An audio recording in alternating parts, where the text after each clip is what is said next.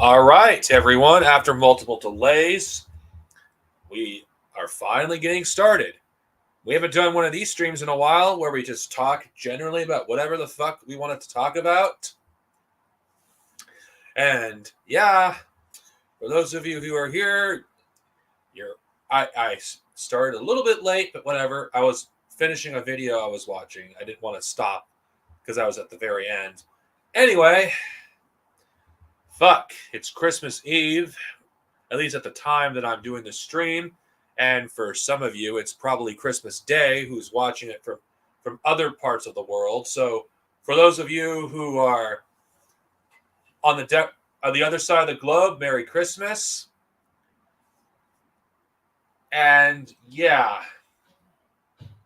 for those of you who had any questions on my last stream, you can ask them in this one. I actually don't know what this stream is going to generally be about. Kind of funny. I kind of missed the opportunity to shit on Harry Kissinger, the psychopath that passed away this month, and vice versa. What a year this was. Oh, God. This might be all over the place, but whatever. It's not. It's a general topic stream, so it's bound to happen at some point. Oh, God. I'm not going to lie. It is difficult keeping up with everything that's been going on in Palestine right now. I have to bring up Palestine because it's in my opinion it's like the most important topic of the day, considering the genocide is still going on. Like, God, I just get sick. Just look this.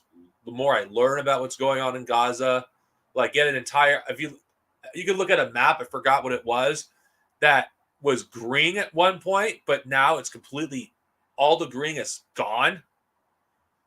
It's just the Israeli fucking government is fucking so it's like calling them evil is just an understatement. Israeli society and the Israeli government as a whole, it's cartoonishly evil what they're doing. Holy sites that are thousands of years old being just destroyed in the war in Gaza. Let's not call it a war. Let's call it what it actually is, a fucking massacre. It's been going on for since October 7th. We're over 3 months into this, and it's fucking disgusting. It really is. Based, fucking based. Good. Anything that undermines Israel is fine by me. Based, good.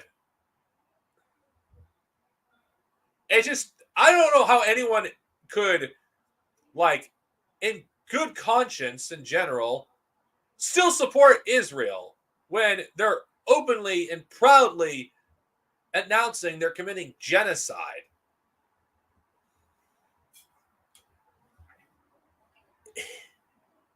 It's it's disgusting to me. It really is disgusting. It's how could any of it's just, I know it's a cliche to basically say, how can you live with yourself supporting a literal genocide? But I have to even say, how can anyone live with themselves knowing that there's a genocide going on in Gaza? What's it going to convince for people to support the Palestinian struggle? Those who are still in the middle, those who fucking claim to be in the middle at this point, what's going to convince you? Stop listening to fucking hacks like Bill Maher who don't know a fucking thing about this conflict, who are literally getting paid to push a Zionist narrative. And actually, I don't know why I should even have to be saying this, but why is it that people refuse to listen to Jewish voices regarding what's going on in Palestine? Why is that so difficult to actually do? Doing something simple like listening to people who actually are having a genocide being committed in the name of their religion?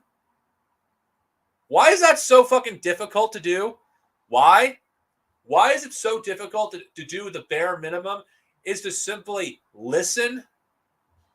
Because that's where I get most of my education about what's going on in that region.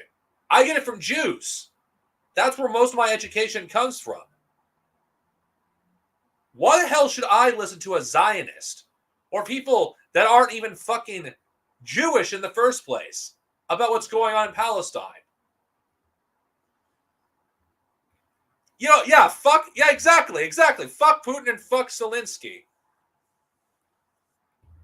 Seriously. And like anyone that's pushing this bullshit of, we should have a two-state solution. No. Government officials in Israel have already shut down its two-state solution. What we need is a one-state solution for everyone to live in peace. And those who don't want to live in peace, who don't want to respect the land, can get fucked. Like, I am just fuming with anger of the blatant disrespect Israelis have. And if an Israeli listens to this and they get offended by this, fuck you. Of holy sites. Ancient sites that are fucking thousands of years old. History. As someone that's a lover of history, I think it's important to keep these sites preserved for future generations so they can actually physically see them. It's another form of genocide, just wiping out the history of the Palestinian people. I mean, how dare these Zionists claim that, we have a claim to this land because what is stated in our book. Oh yeah, but let's ignore the Torah. Well, I'm not Jewish, but what I know from Jews, the Torah says the exact opposite, that Jews are not allowed to have a state. And here's another question for those pro-Zionists out there. What about the Jews that have been protesting against fucking what's going on, the occupation? Like the very concept of anti-Semitism being weaponized against even Jews themselves is disgusting. It's repugnant to me that we see some of the most anti-Semitic people out there using anti-Semitism to smear pro-Palestinian voices. Like some of the most anti-Semitic shit possible. I mean, imagine the fucking arrogance. Oh yeah, we're not anti-Semitic. Pushes an anti-Semitic conspiracy theory. Oh, we're not anti-Semitic. Equates Zionism with Judaism, which is an anti-Semitic trope. Oh, we're not anti-Semitic. Equates Jewish identity with Israel. Like the very fact that they're weaponizing anti-Semitism, even against Jewish people themselves, is anti-Semitic. Like this whole fucking conflict that's been going on since, it's been going on longer than October 7th. Let's just be real. But the recent developments, what's been going on in Palestine, I can't keep up with everything that's going on because it's overwhelming. When I've watched one's video or that talks about something, that video is out of date. Like it seems like every time anybody watches a video or news story about what's going on in Gaza or the West Bank, it gets outdated almost immediately because there's a new fucking thing that we learn about. Like, this is already outdated at the time that I'm doing this video. Over 20,000 people have been killed since October 7th, as far as we know. You're really going to tell me? I'm just speaking to Zionists here. That the amount of people that were killed in the attack on October 7th justifies 20,000 dead? Oh, but we want to protect the children. Oh yeah, we should be concerned about freaking kids in Israel. Yeah, nothing for the kids that are fucking dying in freaking Gaza.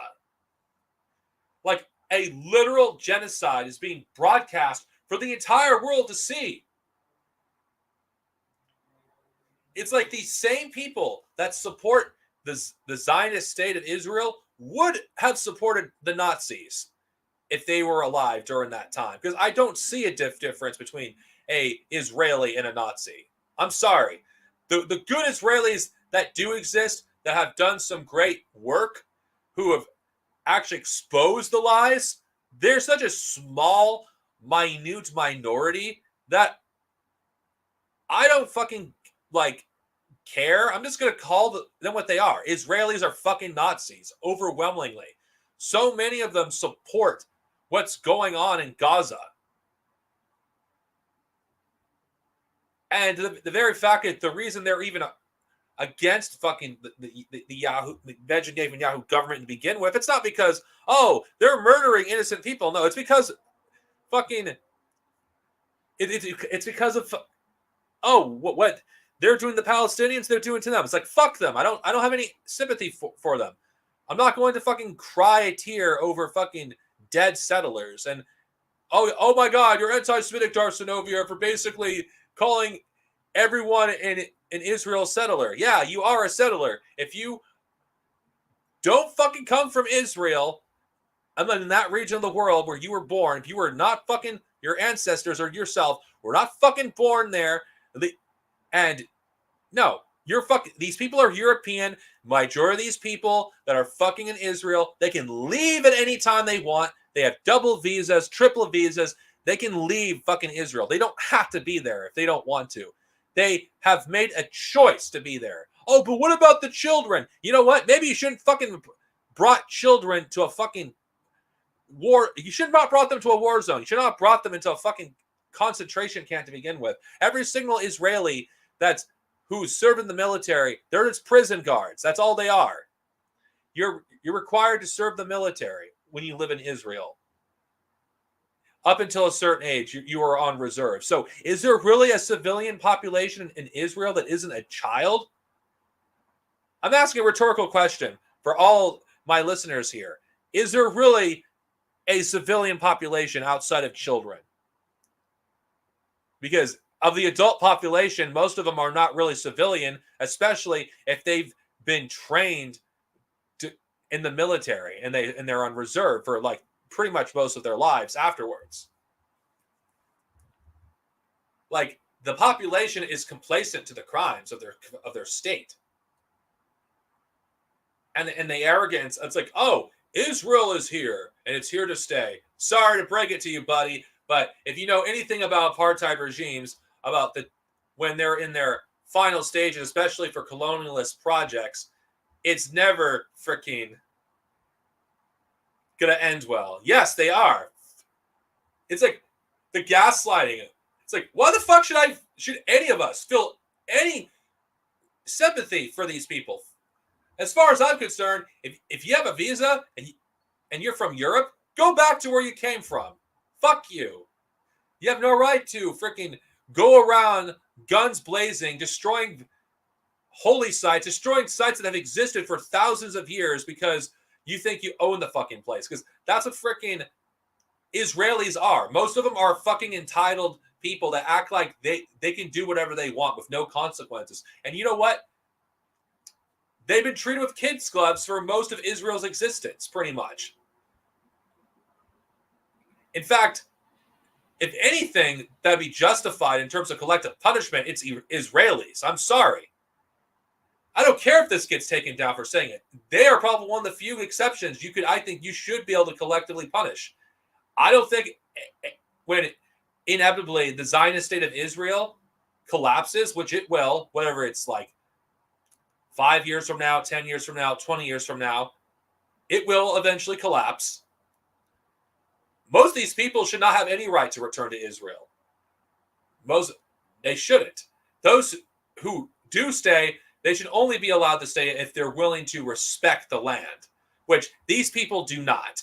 The same kind of people that support Israel are the same kind of people that are against land back and claim land back is like reverse genocide or white genocide. Like, just look at the history of Israel and the people who support them. They support the apartheid of South Africa. They support the Azov Battalion in Ukraine. Hell, some of them are outright Holocaust deniers. When you just go into the rabbit hole of supporters of Israel, is there really a difference between a Zionist and a Nazi? And we recently had our president, Joe Biden, courtesy to Jason Unruh, you know what? Fuck it. I'll play the clip because it's fucking true. And it is, he said it 30 years ago, but I think it's appropriate that I play this clip now because I think considering the occasion and considering I've been basically talking about this for like almost 20 minutes, yeah, let's play it. I think the clip can speak for itself. I shouldn't have to speak for it. So just give me a bit. I'm going to get to the clip. Because, yeah. And I don't even bother like arguing with these with Zionists anymore. You can't really argue with these people because they cannot be reasoned with. Okay, I'm going to play this short clip. And mind you, this is not something that he said 30 years ago that this clip is from. This is recent. It's like, wow, pretty honest. Yes, it is. It is a freaking. Then again, I'm not as familiar. By the way, for those of you who want an education about the state of Israel and it being a crusader state, watch the 4-part series regarding this topic, which I do have a playlist that you can easily find it. And if you want context, like not everyone's seen this clip from Jason's channel, and this was posted today. But you know what? Fuck it. Let's play it because let's let Joe Biden speak. 35 years ago, I said, you don't have to be a Jew to be a Zionist, and I'm a Zionist.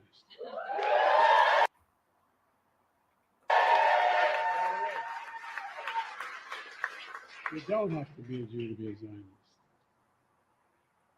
Did you hear that? Let's play it again. 35 years ago, I said, you don't have to be a Jew to be a Zionist, and I'm a Zionist.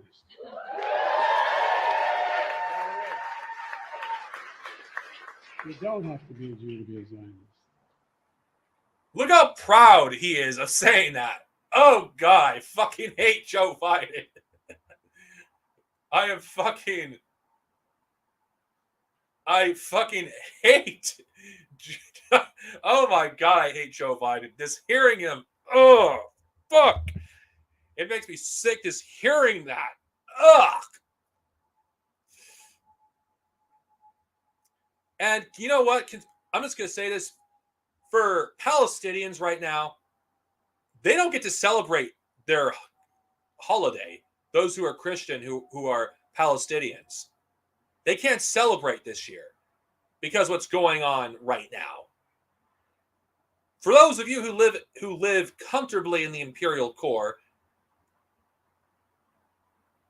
those who celebrate Christmas, I don't. But for those who do, who are fortunate that you're not living in a war zone, Palestinians who are Christian cannot actually celebrate their sacred tradition this year because what's going on. Think about that. I bring this up because when I'm doing this podcast, it's Christmas Eve. But for them, it's Christmas Day right now.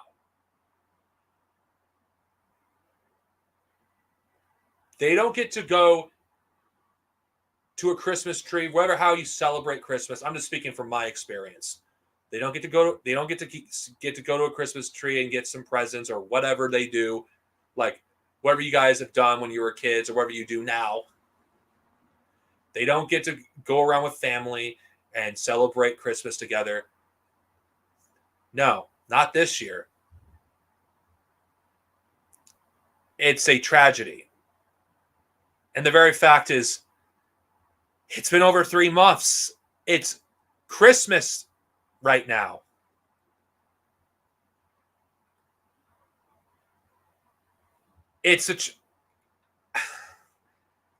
I'm not religious. I really am not. I'm letting people know I'm not religious, but the very fact that these people cannot celebrate their own cultural traditions is a tragedy. It's a crime. Yet these Zionists, they get to live comfortably. They get to go around fucking living in warm houses, get to have their bellies full, fresh, clean water. They don't have to worry about bombs falling on top of them. They don't have their entire families wiped from existence. They don't have to look over their shoulder if a bomb's going to drop. They don't have to worry about this being the final day of their lives because they may not wake up. I know for those of us who live in the imperial core, it's not something we can really imagine. It's too horrid to imagine. For me, it's too horrid. But this is the daily reality for a Palestinian. Whether they're Jewish, Muslim, Christian. Even those who are Christian who don't live like in Gaza right now, who are not even in Palestine, they can't do it either.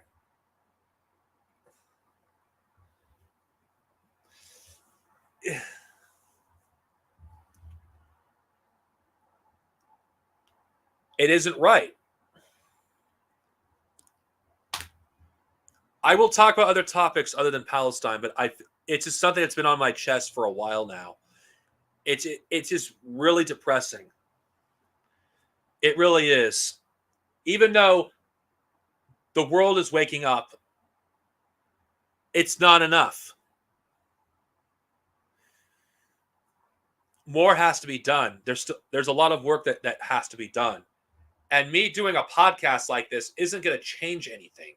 I could vent. I could talk about what's going on. I could bring awareness what's going on. But talking about this is not enough. Action is what is needed.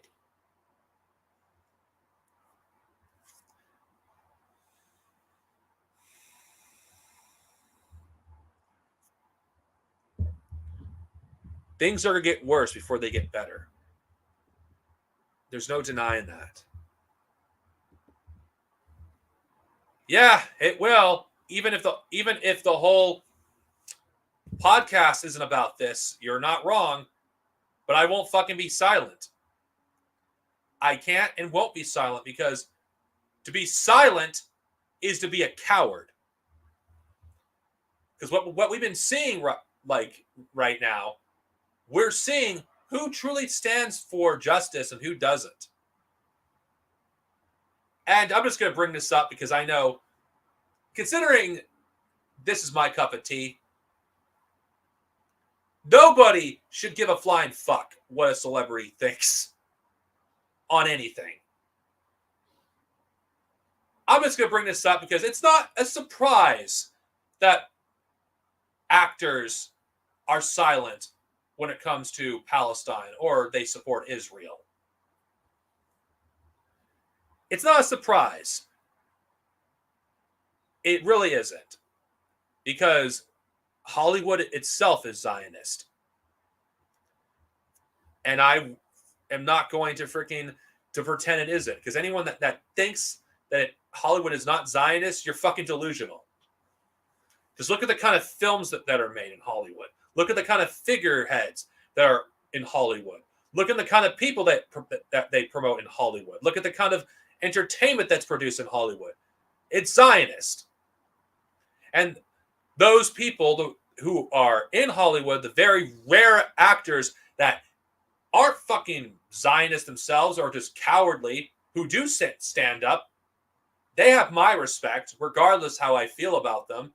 Anybody that is willing to stand up for Palestinians has my respect.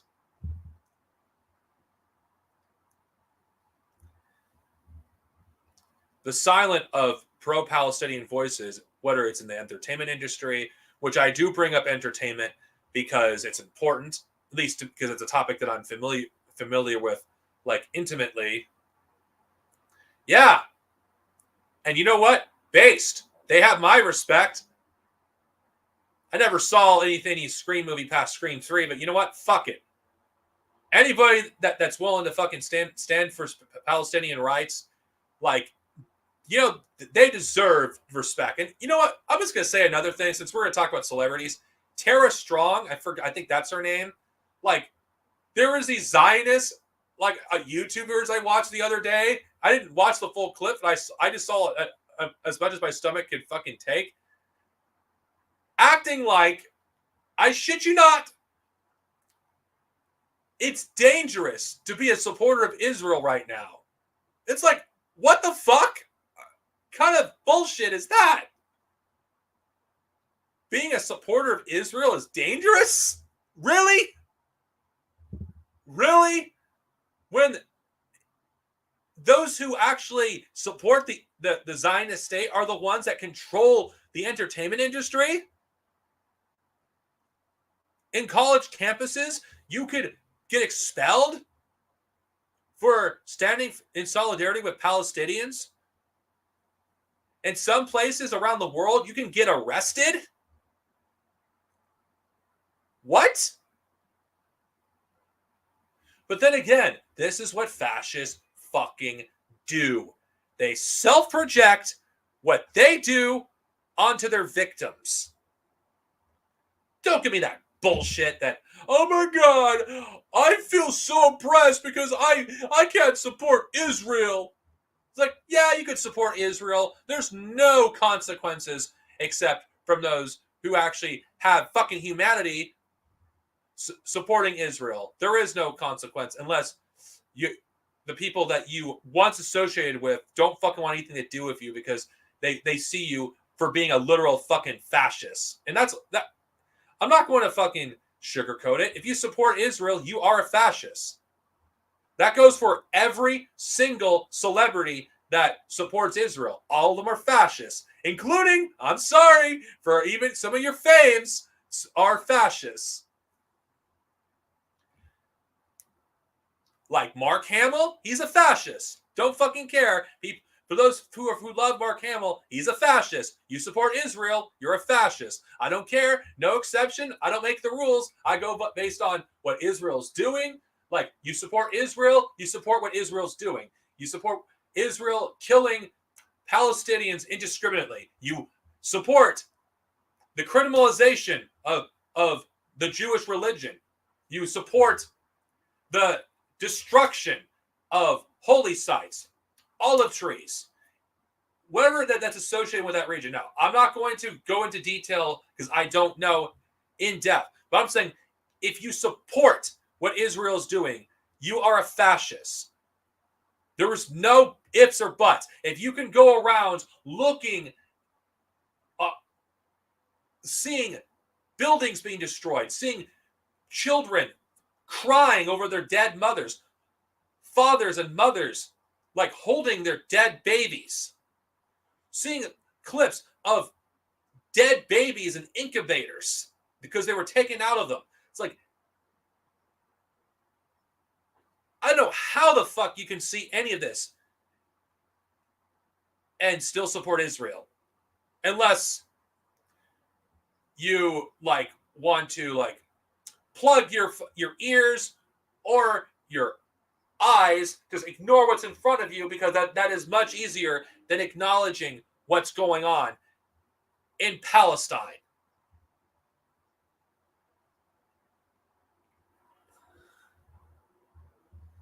Yes.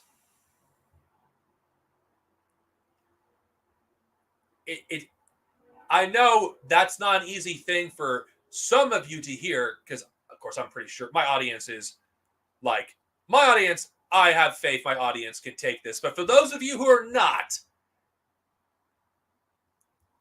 your favorite celebrities, all of them are fascists because they support Israel.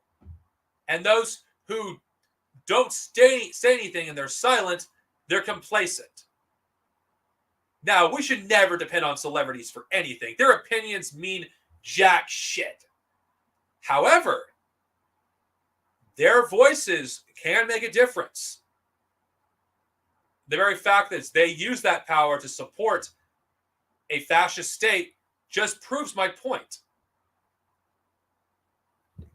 Luke Skywalker would hate Mark Hamill because of the kind of person that he is. He would hate Mark Hamill because Luke Skywalker, he would support Palestine.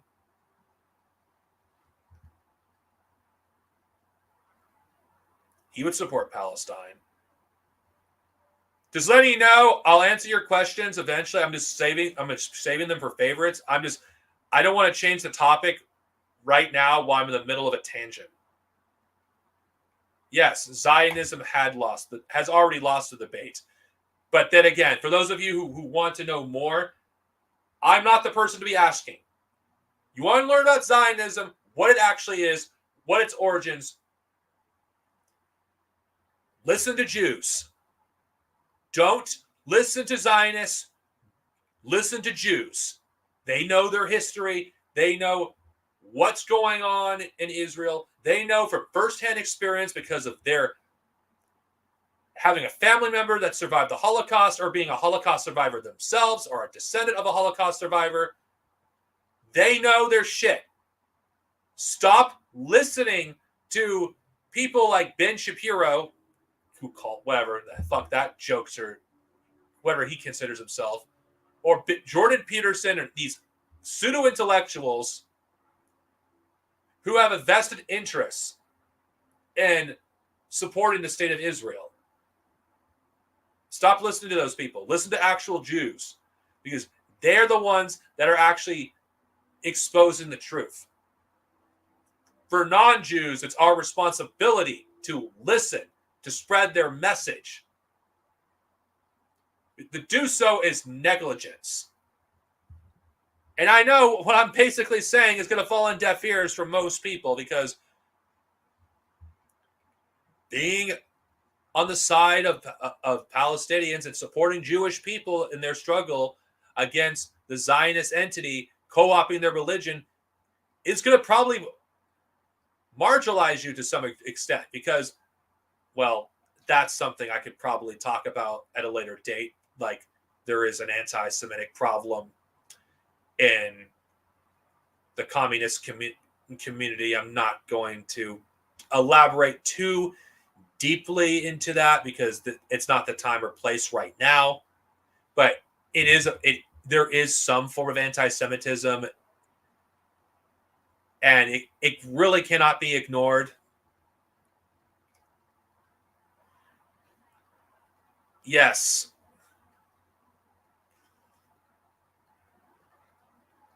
Yes, it does. Remember, everything that Comrade Net is saying is absolute fact. Like I said, you want to learn about the Jewish struggle against Israel, or what Judaism actually is, listen to Jews. Do not listen to non-Jews regarding Israel. Because everything Israel does has consequences. Jews who have nothing to do with what Israel's doing have to constantly, for their own survival, protest against Israel, denounce Israel, because if they don't, they will be considered complacent. So Jews are in a rock and a hard place. If they denounce Israel, they're anti-Semitic. If they don't denounce Israel, they support the genocide that's going on with the Palestinians. That's why it's our duty to support the Jewish people in their struggles against Zionism, because they are in a difficult spot. And we should not reinforce these anti-Semitic narratives. We should debunk them. Every time anti-Semitism ever appears, it needs to be dismantled, because it isn't just the right anti-Semitism exists. It also exists on the left to a degree. Not as deeply as the right, but it's still undeniably there. Though I'm probably going to need to further education on anti-Semitism, because there's forms of it I'm not even aware of. So if you want education about Jewish history or the Jewish struggle, do not go to me. Go to people like Comrade Net. There's others other than him, but people like him. Watch the Jewish Movement channel. Watch his videos. Yes, the longest documentaries he has ever done are about over 3 hours. Yes, it's a lot to commit to. But if you want education and you desire education, that's one of the best sources you can go to not only learn about what's currently going on in Gaza, but to learn about the history of Zionism and Israel itself. Yes, you can read some books on it, but I'm talking about for those who don't have access to the literature and you want one of the most cost-effective ways of getting educated and getting educated quickly. Comrade Net's channel, well, the Bundes Movement channel, which it isn't just Comrade Net, is the most effective. It compiles a lot of the most essential videos on the subject. Yes, it will take a long time to get through a good chunk of the videos, but it's definitely worth it if you want to be educated further. Ignorance is not an excuse. Now, I wish I can, unless someone has anything to add to regarding what's going on in Palestine, like I'm going to move on to the next subject because I don't want to repeat myself. I may bring it up again if someone has anything new to add to the topic. Again, educate yourself. You owe it to yourself to do so. That way, you can learn about about the Jewish perspective, especially if you're non-Jewish, and get what you need to know, because there's a lot of misinformation out there, and the Bundes Movement channel actually compiles all of this on there. It even has some stuff from like one of the original Black Panthers. Steve Struggles featured frequently in Comrade Net's videos. So go to that channel after you watch this stream. You don't have to watch it right afterwards, because I'm not going to expect you to commit to a bunch of 3-hour videos, but at least you can get started. For those of you who have not subscribed yet. Yes, they do. Anyway, Net, have a good night. Now, I'm going to answer some questions because I feel like I've been indulging myself long enough. So let's do the first one. After Ego, bro. Got any favorite movies of the year? I don't have any, really, because I haven't seen that many movies. I've only saw 2 movies in theaters. The Mario Brothers movie and TMNT Mutant Mayhem. Those are the only movies I've seen. So I cannot really comment on what my favorite movie I've seen this year. What do you think of James Gunn's new DC cinematic universe? Don't really care. I know. It's just I don't care for superheroes, personally.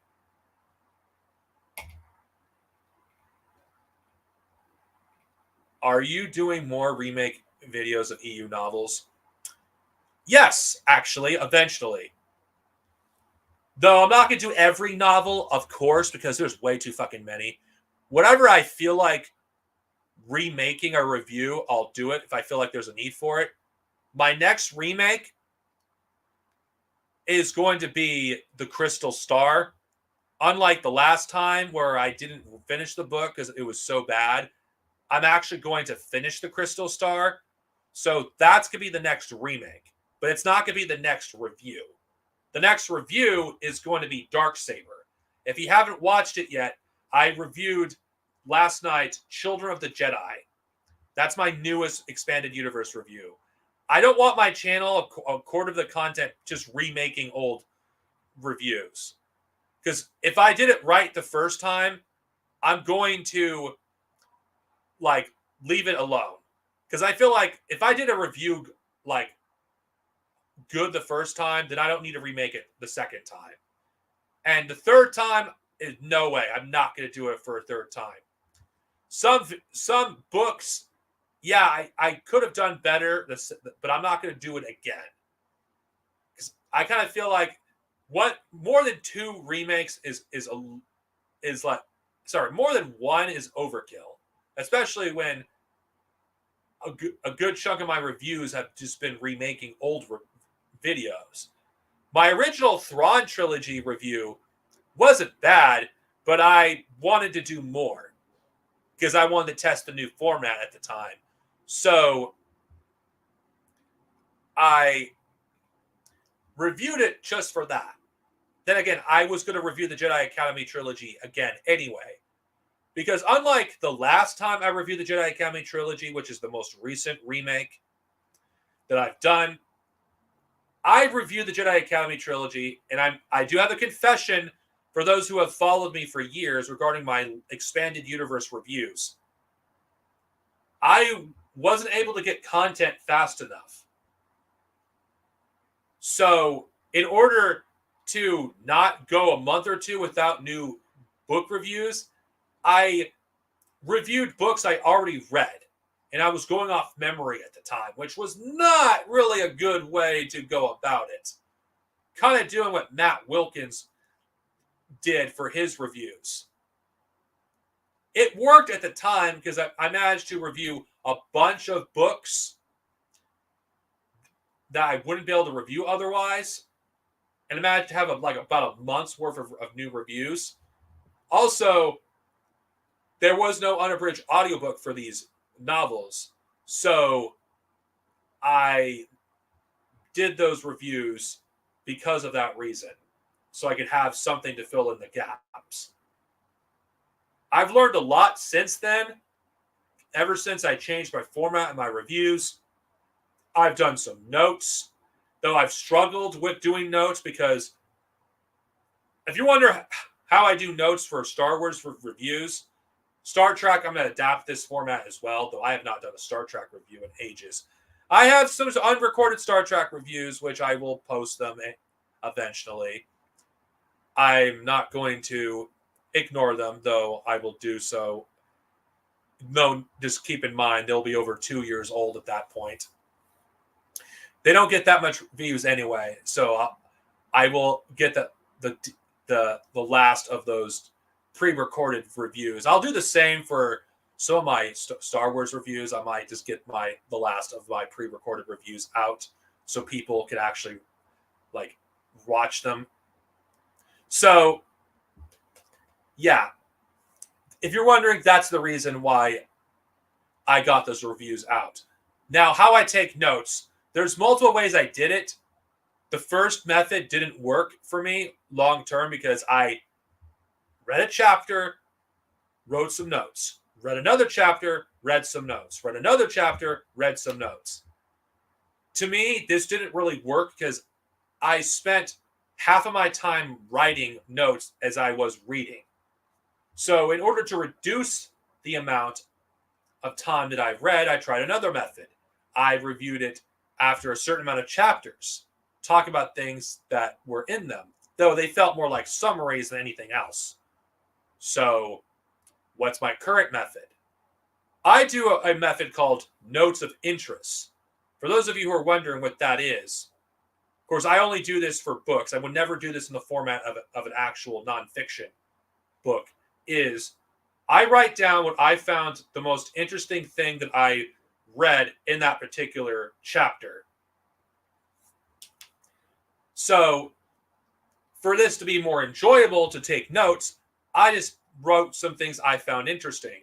Like when I was going through the 90s expanded universe books during the Thrawn trilogy, I wrote stuff down that I found interesting.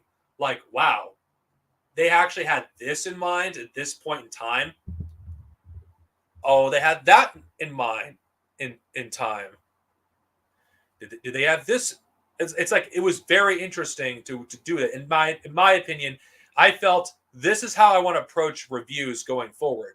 That way, the notes don't feel repetitive. And of course, I still have some notes summarizing what I've read so far, giving my overall thoughts. I'm just for those of you who care to know, that's how I tend to approach it. Now, comics, that's probably another issue I'm still struggling with, because comics are different than books. Because I can get, depending on the comic, I can get through an issue very quickly. And I feel like if I were to do a comic, I'd have to just write some things that stand out. I'll cross that road when I get to it. So yeah, that's basically how I read and / do like reviews for Star Wars novels and eventually Star Trek, is I write what I found interesting about that particular story that I've read. Now I'm going to address some questions. Have you read Harry Potter, Game of Thrones, Lord of the Rings, and the Hobbit novels? I've read up until the first 5 books of Harry Potter. I stopped reading it. That's another can of worms, though. It's more to do with J.K. Rowling, the kind of stuff that she was doing at the time. I couldn't separate her work from the author, and not to mention the Harry Potter books got really repetitive. And the 5th book was such a slog to get through that I was burned out. And not to mention, it's just the series is so formulaic that I stopped. Game of Thrones, I've read the first 4 books. I stopped reading it during book 5 when I was a quarter way through it. I do have a confession regarding that. A lot of it has to do with the final season of Game of Thrones. And not to mention my disillusionment with George R.R. Martin. I was reluctant to finish book 5 because of a cliffhanger. Winds of Winter was nowhere near coming out, and I wanted to do it when Winds of Winter was actually going to come out for sure. And I stopped reading A Dance with Dragons because it's like, what's the point? Winds of Winter and Dream of Spring are never coming out. I basically gave up at that point. And just focused on Wheel of Time instead, because Wheel of Time was already finished. Lord of the Rings, I've read Lord of the Rings years ago. I'm still not done with my second reading of Lord of the Rings. I've read The Hobbit too. Yeah, I have read these books, just giving my impressions. I hope that answered your question. How was Mario and TMNT?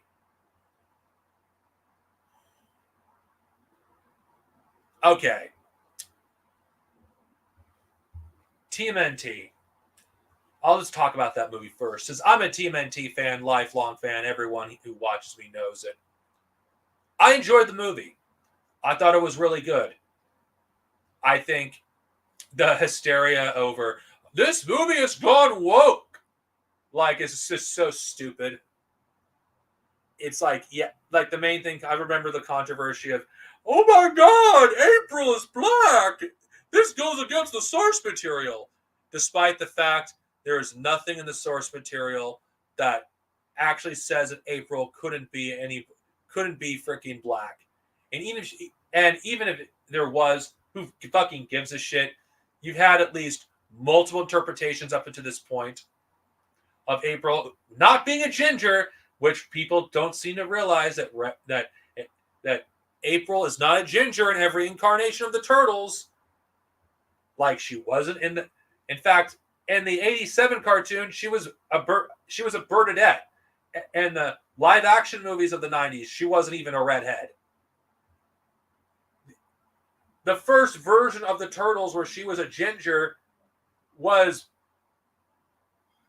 the 2012 series. Every other version was not a ginger. 2003, she was a redhead. It's like everyone is just making such a big fucking deal. It's just ridiculous. And even then, April's design changed in the final season where she was a ginger. It's like, who fucking cares? It's just so fucking stupid. I just bring this up because you've had 2 incarnations so far where April was not a ginger. 2.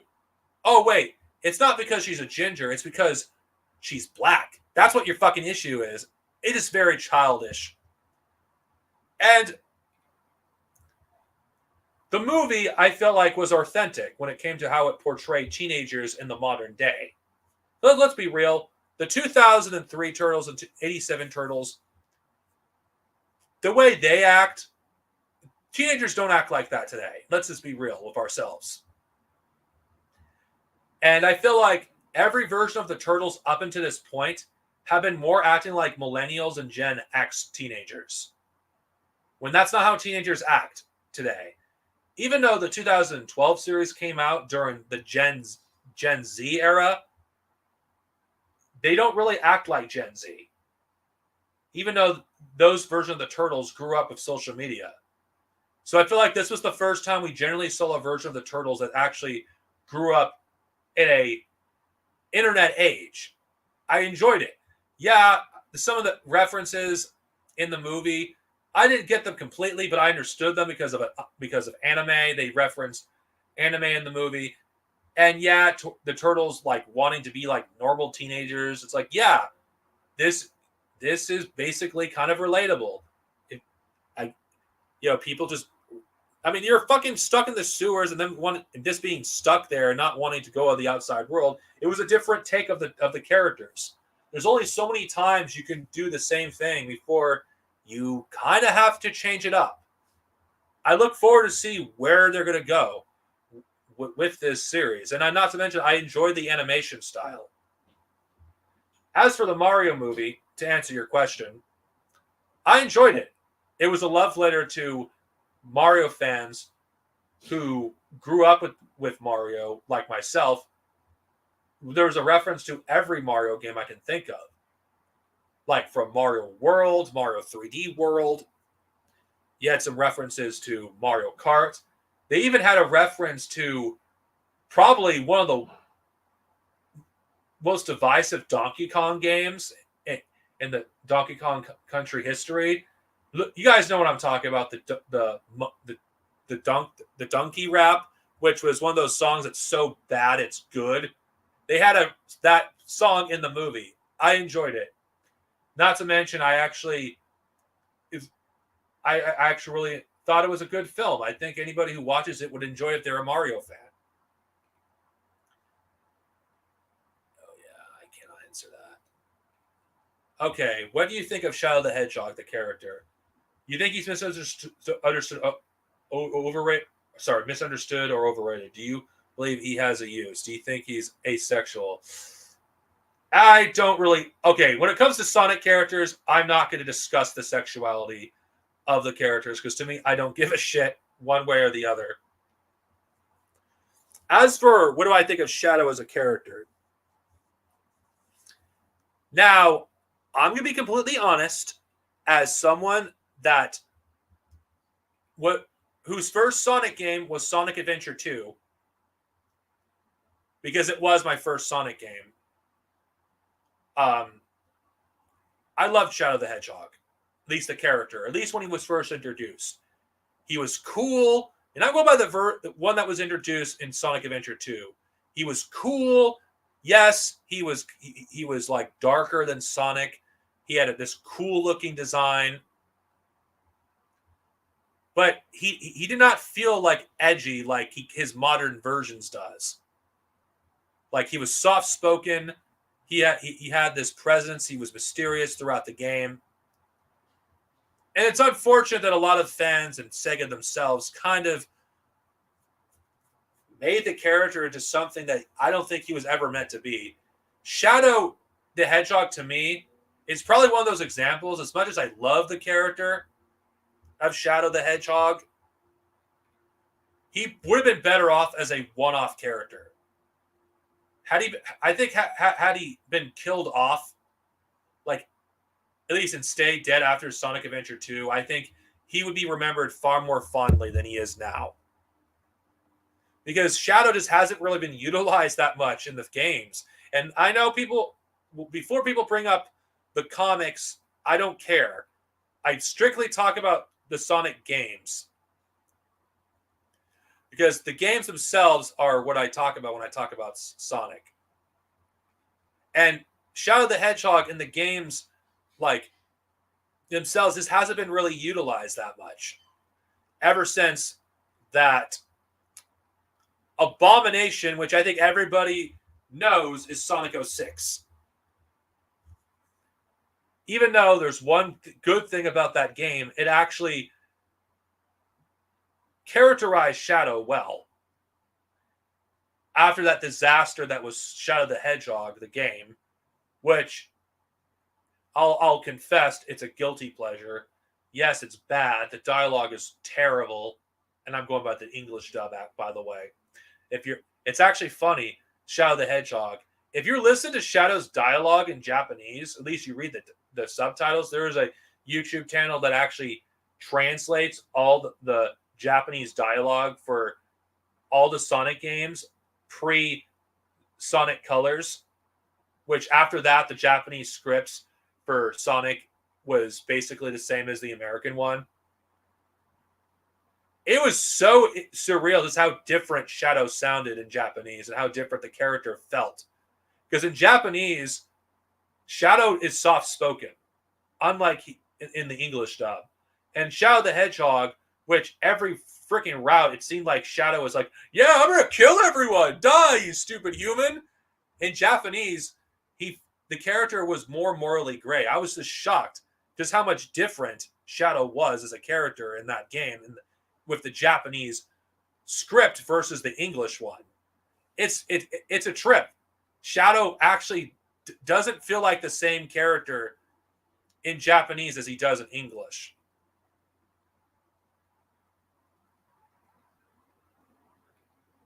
Now, I'm just saying that because Sonic himself, the character in Japanese, was different than his English counterpart.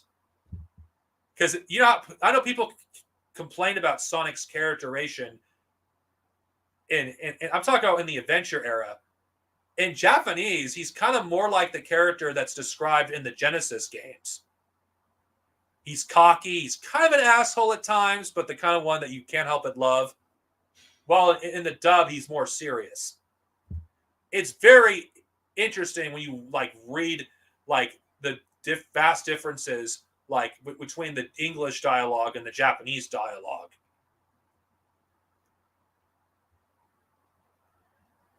Now, I'm not being a weeb here by saying this.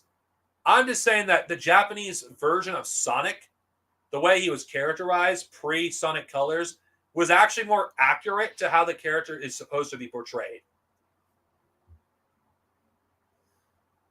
Now, Shadow is still my favorite character, despite how his character was mishandled after Sonic Adventure 2. Because I think the character, if he was going to be brought back, he could have been utilized a lot better. Instead of being this edgelord that he's basically turned into with very little depth compared to what he was when he was first introduced. Yeah, it is debated, but I'm more talking about I'm not talking about the stuff of, I prefer the way this character sounds in Japanese. I prefer the way this character sounds. I'm not talking about how the characters sound. I'm talking about the dialogue and how it is different. Again, you'd have to watch the entirety of Shadow the Hedgehog. There's a compilation. I have to find it somewhere where it almost feels like the Japanese version of Shadow the Hedgehog has a different story than its English counterpart. Yeah, it has some of the same problems. I'm not going to say, the game is good if you play it in Japanese. No, it has the same cringy bullshit, but it's nowhere near as bad as it is in the dub. Shadow the Hedgehog is soft-spoken like he was when he was first introduced in Sonic Adventure 2. Not like, I'm Shadow the Hedgehog. Where is that damn fourth Chaos Emerald? I'm going to send you to hell. In Japanese, I kid you not, Shadow does not say damn once. Now, I know people are going to be surprised by this. I've watched a lot of Japanese anime, and I know what damn sounds like in Japanese, because I've heard it enough times in Japanese to know what damn sounds like. And not once did Shadow use damn. So the edginess of Shadow the Hedgehog is mostly a localization issue. It's not something that was in the original Japanese version. Of course, now I'm just going to move on because I could talk about like I could talk about this all day. Shadow the Hedgehog and between English and versus Japanese dub. I could have that's an entire topic altogether. But let's move on. I cannot comment on either show. I'll watch them in the future, so I cannot comment. What is your favorite anime slash manga? I'm only going to list one for each. And it depends on what you're referring to. My favorite manga. It's hard. There's a lot of candidates. If we're going by ongoing manga, One Piece. If we're going by mangas that have already concluded, then it's a toss-up between Shaman King and Rurouni Kenshin. Yeah, I know. People are like, oh my god. You don't realize the author of Rurouni Kenshin's a pedo. Yes, I fucking know that. Don't remind me. I know he's a pedo. I'm not going to like disregard something because of that reason. As for anime, my favorite anime would, at least there's multiple choices. I'll just list a few. Code Geass, Zeta Gundam. Let's see, I'm thinking for a second. There's a lot. Zeta Gundam, Code Geass. There's Cowboy Bebop is one, but that's a cliche. Yu Yu Hakusho, which I think is a classic, underrated. The original Dragon Ball, which that show does not get its respect, unfortunately. And so I'm sorry, I gotta think. I'm just kind of scatterbrained right now. I have to go back to that one because I cannot think right now. I have some Gundam series that would probably be on my favorite anime list. There would be like Gundam the Origin if we're going by modern anime, the original Mobile Suit Gundam. Yeah, a lot of Gundam. Again, a lot of my anime would probably be Gundam related because Gundam was my obsession in the 2000s. So yeah. What's your opinion of Sony doing a live action Zelda movie? Let's hope it's good. Can't really comment on it.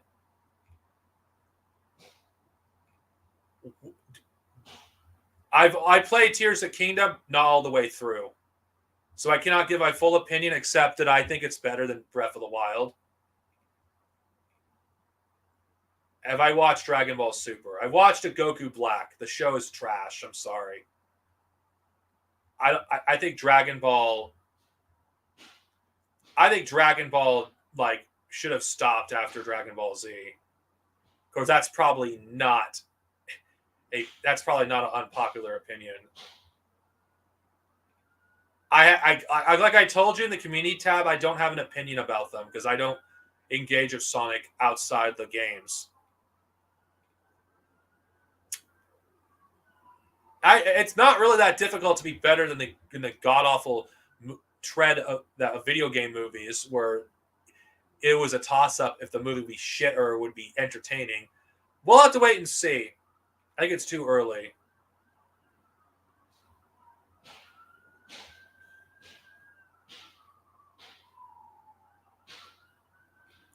Oh god,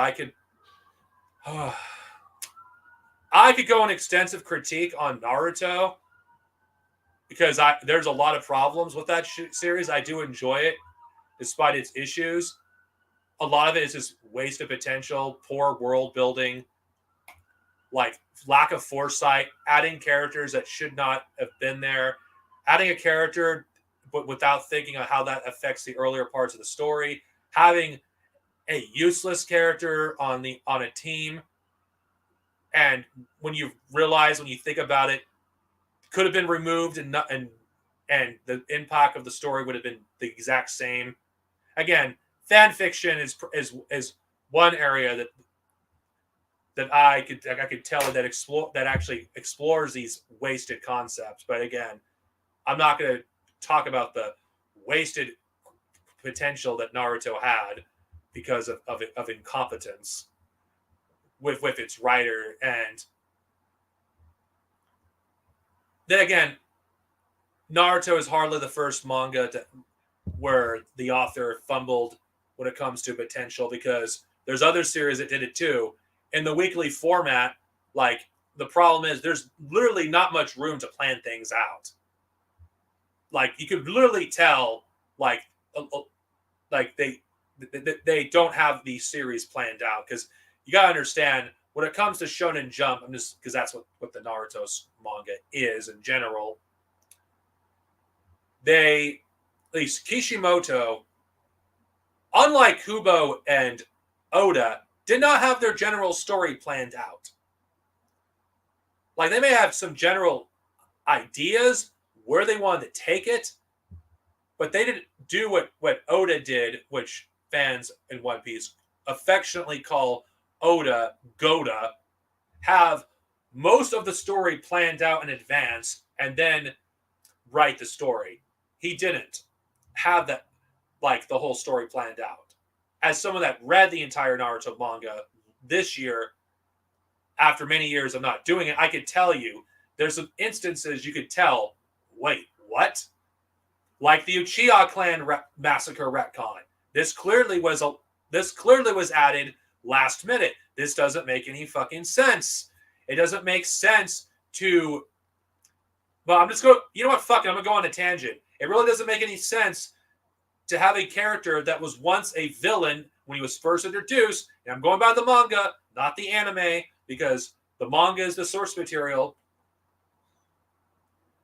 When Itachi Uchiha was first introduced, he was clearly a villain. He was cold and calculated. He was what a cold-hearted fucking shinobi really was in that world. He didn't give a fuck. And there was no hints that he, like, was secretly a good guy, even though that is questionable within itself. Which the reveal itself kind of ruins the fight that Sasuke had with Itachi, which, if you go where you go by the manga or go by the anime, it was a great spectacle. But that kind of doesn't mean much when, like, the whole fight was like, oh, Itachi was actually not trying to kill Sasuke the whole time. He was actually, I feel like the Itachi retcon is an example of what happens when you retcon something after the fact and you didn't plan any of it out, where the Uchiha clan retcon just gets more and more convoluted the more that was added to it. And there was novels, which are canon to the manga, by the way, that added even more stuff that was confusing. Which, wait, huh? You're telling me Itachi could have stopped the massacre of his clan, but didn't? Like, what? It just, the Itachi retcon, not only does it have some problematic stuff by basically, oh, genocide's good for the greater good, which I've already criticized already, but that's a problem, like the implications. And then you have the problems of, this just makes Itachi into a complete idiot. Wait, you're telling me this person who's supposed to be one of the most intelligent shinobis in the Naruto verse couldn't figure a way to stop the massacre from happening? He had other options, and he was given a year to actually stop it, but did literally nothing with the extra year that he had. I bring this up because this is an example of, from a storytelling perspective, if you're going to add a plot twist, make sure you have at least the story planned out first. And it kind of felt like this might have been something that Shonen Jump requested of Kishimoto or Shueisha, because for those of you who are not familiar, Itachi is one of the most popular characters, and having Itachi, getting some extra Itachi merch, it's like, well, you know what? Having Itachi secretly being a good guy the whole time would actually keep the character relevant, and it would make the character more popular. Yeah. But the problem is you kind of ruined what made the character like mysterious and badass to begin with. And I'm speaking from someone who read the Naruto manga as it was being published back when I had to you had to literally read fan translations in order to be caught up with manga. Oh, those were the days. I thought it was just as imaginable because you turn what was a cool villain who was a psychopath. Like I just killed our clan for the hell of it. Now I don't think there was anything wrong with evil Itachi. Evil Itachi was cool, and some of the stuff I've read in fan fictions that actually depicted Sasuke and Itachi's fight was so much better than what we actually got in the actual story. Because Itachi went from being one of the coolest characters just as being like, oh, okay. And then the novels basically, oh, I'm going to join the Akatsuki to be a spy, but I'm going to be a really shitty spy and not do anything to actually undermine the Akatsuki. I'm not going to do anything. Oh, God. The Itachi retcon, in my opinion, is one of the worst retcons in Naruto. Even worse than the Black Zetsu retcon, which a lot of fans love to like harp in on. Because it doesn't make any sense from a storytelling perspective. It ruins the character of Itachi. The plot has to bend over backwards to make it work and make characters act in ways that are out of character, like Naruto, for an example. But again, I've ranted on this bullshit retcon long enough because that fucking retcon is bullshit. Oh, the manga of Death Note's great. Actually. I actually prefer the manga of Death Note, actually, over other adaptations of it. But I'm going to speak about it anyway. The reason why I prefer the manga is the ending. Spoiler alert for those who have not watched or read Death Note. The anime and the manga have a different ending. And between the two, the manga's ending is far better. Way better. Like the way Light dies in the manga is just so poetic in a way. And his death was foreshadowed as early as chapter 1. It was such a brilliant death. Like, he had this guy that thought he was a god, and then he was trapped to a corner. He like laughs like a madman, thinking, "Yeah, it's like I'm gonna get out of this," and then finding out shortly afterwards, you're gonna die, and there's nothing. I'd never agreed to help you. Yes, it is so much better. Not to mention, unlike the anime, we don't get to see the consequences of Light's death, how it impacts the world. We don't actually get to witness the impact Light has on the world in the anime. He just dies on a stair. You have this melancholy music playing. Light regretting what he did. It's like, yeah, you only regret it because you were caught. I think having a mental breakdown, crying like a baby, was so much better than the manga, than the anime's ending. And say what you will about the live actions movies. I'm not talking about that awful Netflix movie. I'm talking about the live action movies that were done in Japan.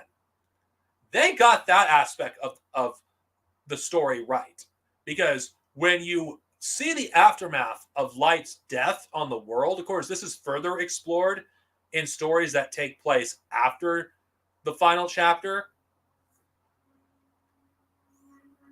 The world goes back to the way it was before, as if nothing changed. Which I do think the ending of the Death Note manga refutes Light's bullshit ideology. Like, in order to actually have lasting change, you're not going to do it through being a fascist dictator, which was what Light actually wanted to be. Because as soon as the fear of death is gone, people are just going to go back doing what they did before. And to me, that was a better ending. And not to mention, the death of Light also created a cult, which would happen realistically.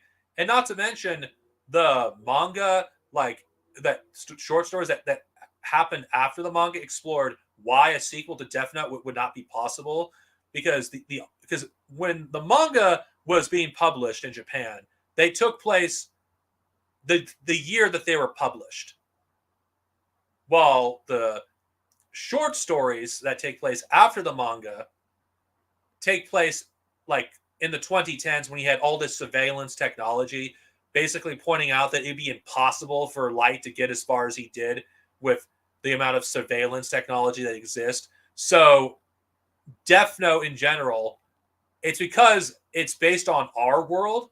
You cannot do a sequel to Death Note and have it be believable.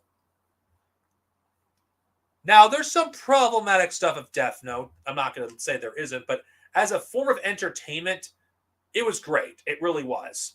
And I think the way the final chapter of the manga refuting Light's like ideology was great. It was a sequel, but when I think of a sequel, I'm talking about a full-fledged sequel. Like, I know there's short stories. Is One Piece watching since episode 1? Honestly, as a One Piece fan, it's difficult to recommend the One Piece anime. There is a new anime series that is coming out that was announced recently.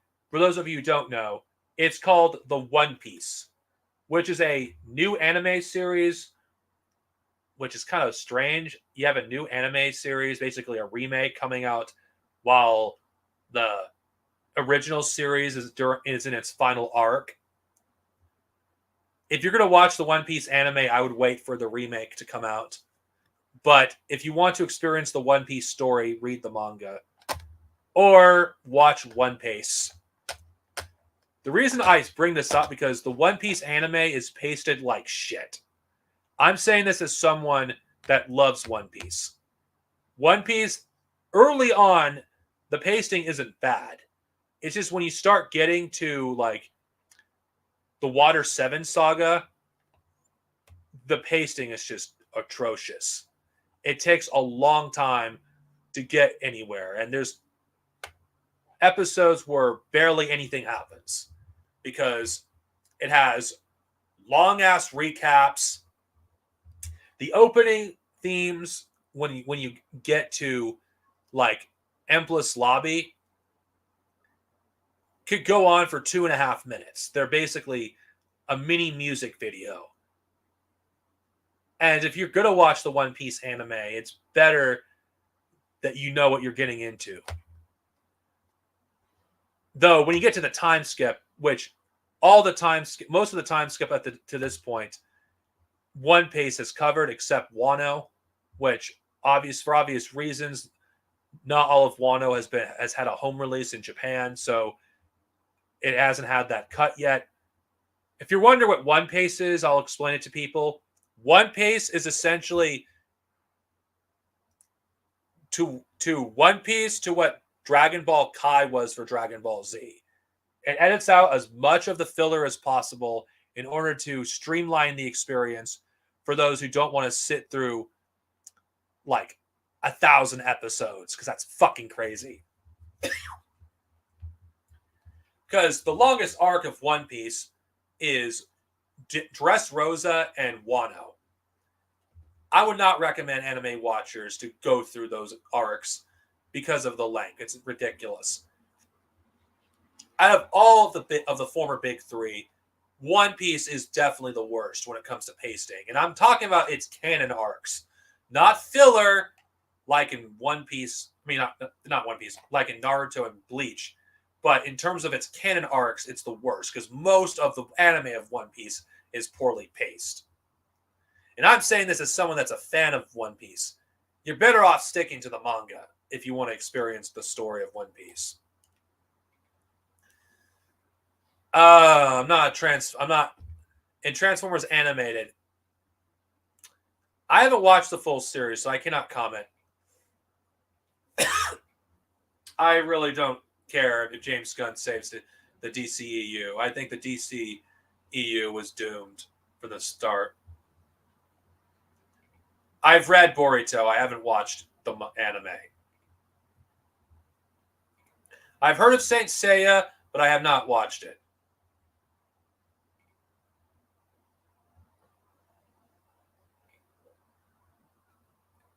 Well, I had to let you know earlier about One Piece, what you're getting yourself into.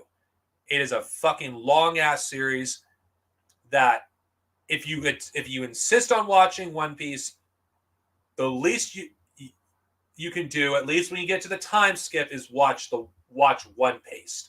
One Piece is the definitive experience for One Piece in general, because you can get through, if you're not reading the manga, you can get through like majority of the story way faster than what we currently have. I know currently there's over 300 episodes of One Piece. If you're wondering how One Piece works, it basically just adapts. It basically has no less than 4 chapters an episode, or 3, depending on the amount of stuff that happens. And the episodes can range from 20 to 40 minutes, depending on how much content happens in a chapter. But it doesn't go less than 3 or 4 chapters per an episode. The whole point is to basically streamline One Piece for those who don't want to watch the whole series. Though One Piece doesn't have the entirety of the pre-time skip, so you're better off, if you're going to watch the anime, at least start One Piece once you're finished the pre-time skip era.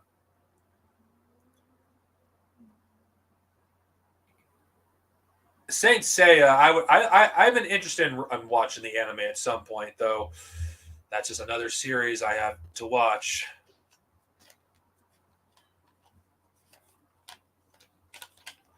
Man, yeah.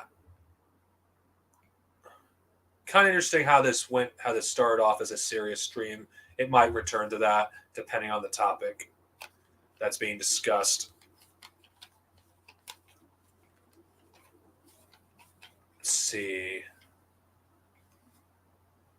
I'm just looking to see if there's anything else.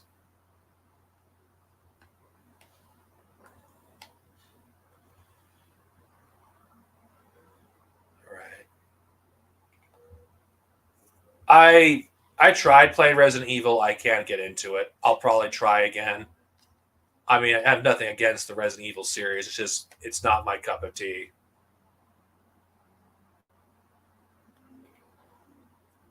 The EU is not gone. It's only gone if we forget about it. As long as we continue to care about it, read the books, talk about it, hold it deep into our hearts. It's cliched as this to say this. The EU will live on. Of course, I've said this multiple times, and I'll say it again. This is not a Jedi's Cantina video, but I might as well just say it. It's a good thing the EU is no longer canon, that's no longer being continued, because knowing the current direction of Star Wars, like especially under Disney, I think it's a good thing. In fact, I think what happened to Legends, like the decanonization, was a blessing in disguise, simply because it's the last part of the Star Wars franchise that's truly pure and hasn't been tainted with this corporate bullshit. And I personally think that, yeah, it sucks. There's no more EU stories being produced in this universe. But does that really take away from the amount of material that we've enjoyed in the EU, the amount of stuff we could, for those who haven't, there's a lot of EU stories I haven't read yet. I just personally think that people that complain about the EU no longer being canon, I just feel like they didn't truly appreciate the EU until they stopped making stories for it. I'm not saying that because, I think, these people deserve not to have EU. I'm just saying that I don't think they truly appreciated the EU until they didn't get any more stories, because they always expected they would get more. And that's not always true.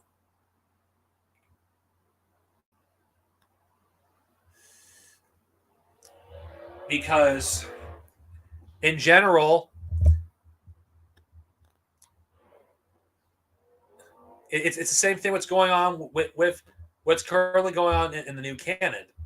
Like, these people that are currently enjoying the streaming era of Star Wars, they're going to go through the same thing Legends fans went through at some point. The shows are going to stop. And Star Wars fans of this era are not going to appreciate what they have until they lose it. Of course, I guess that's human nature. I guess you would say you don't appreciate what you have until you lose it. But since I'm applying this to Star Wars, I just think that it applies to Disney Star Wars as well. That those who currently enjoy the new stuff will not appreciate it until after they stop making it. Can we be honest, though, regarding Dave Filoni and the new canon? Do we really give a shit if he retcons a bunch of stuff that was mediocre anyway? It's not like in the EU days where some of the best Star Wars stories were retconned because of Dave Filoni. It's not like the EU days. Like, who cares if he retcons some forgettable comic? And the Ahsoka novel, as someone that listened to the audiobook, was nothing special anyway. It was nothing special. Like, Ahsoka didn't really feel like herself. It was boring. There was nothing we knew that we learned about Ahsoka in this era. Not to mention, it was supplanted anyway when season 7 of Clone Wars came out. There was literally no reason to read the novel. It's completely meaningless. And the comic around Kaden, who gives a shit? Like, do people actually think that Dave Filoni cares about what happens in some story that he didn't personally write? No. And honestly, since they're Dave Filoni's characters anyway, shouldn't he have a right to do that?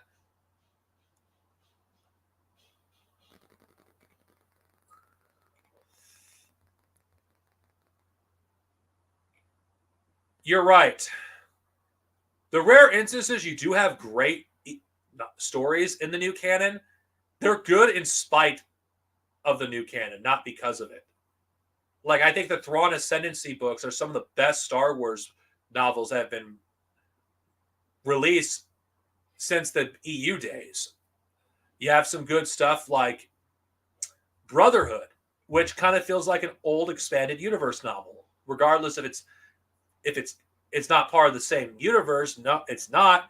But the thing is, it does things I like about the EU.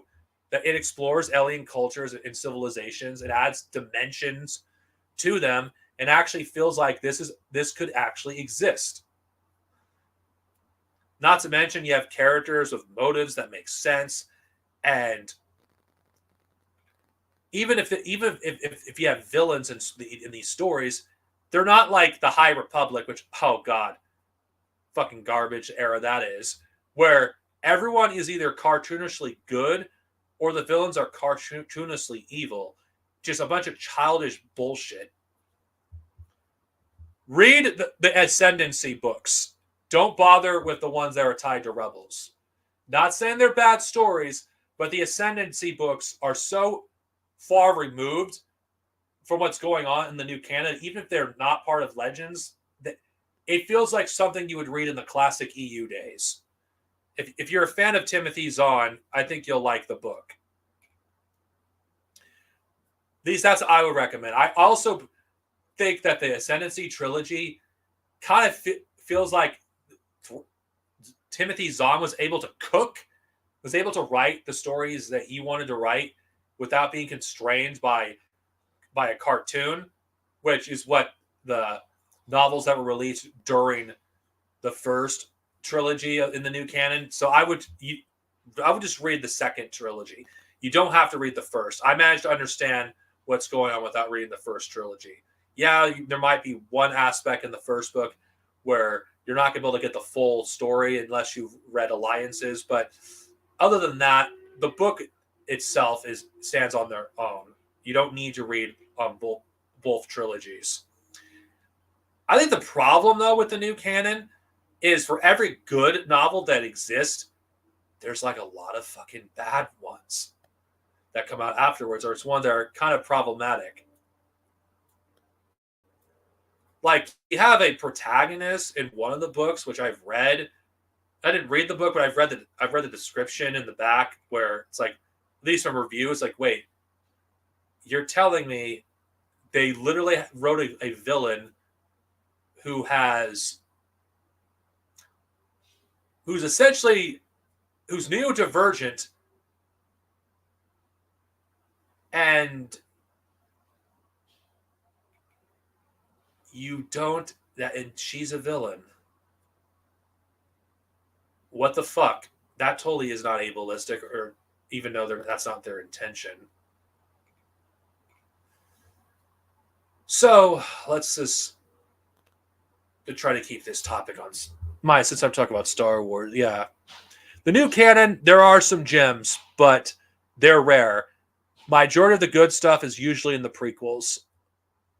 Again, I guess the authors who write the prequels are actual fucking fans and aren't like, I know this sounds elitist what I'm about to say, but I don't give a shit. There aren't just fucking a bunch of people who are just pushing their fucking agenda on the fucking reader. I mean, there's one author I won't fucking touch out of principle because I don't like her fucking writing.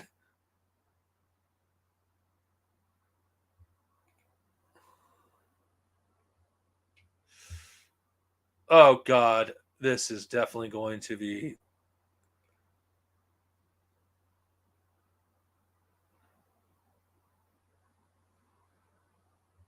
All right, I'm just putting. Okay. Okay, I'm okay. I'm just checking. All right. What do you think, Tails, Knuckles, and Amy, Sonic's core friends? Might as well just change the topic just a little bit before I return back. Tails is one of those classic characters from Sonic 2.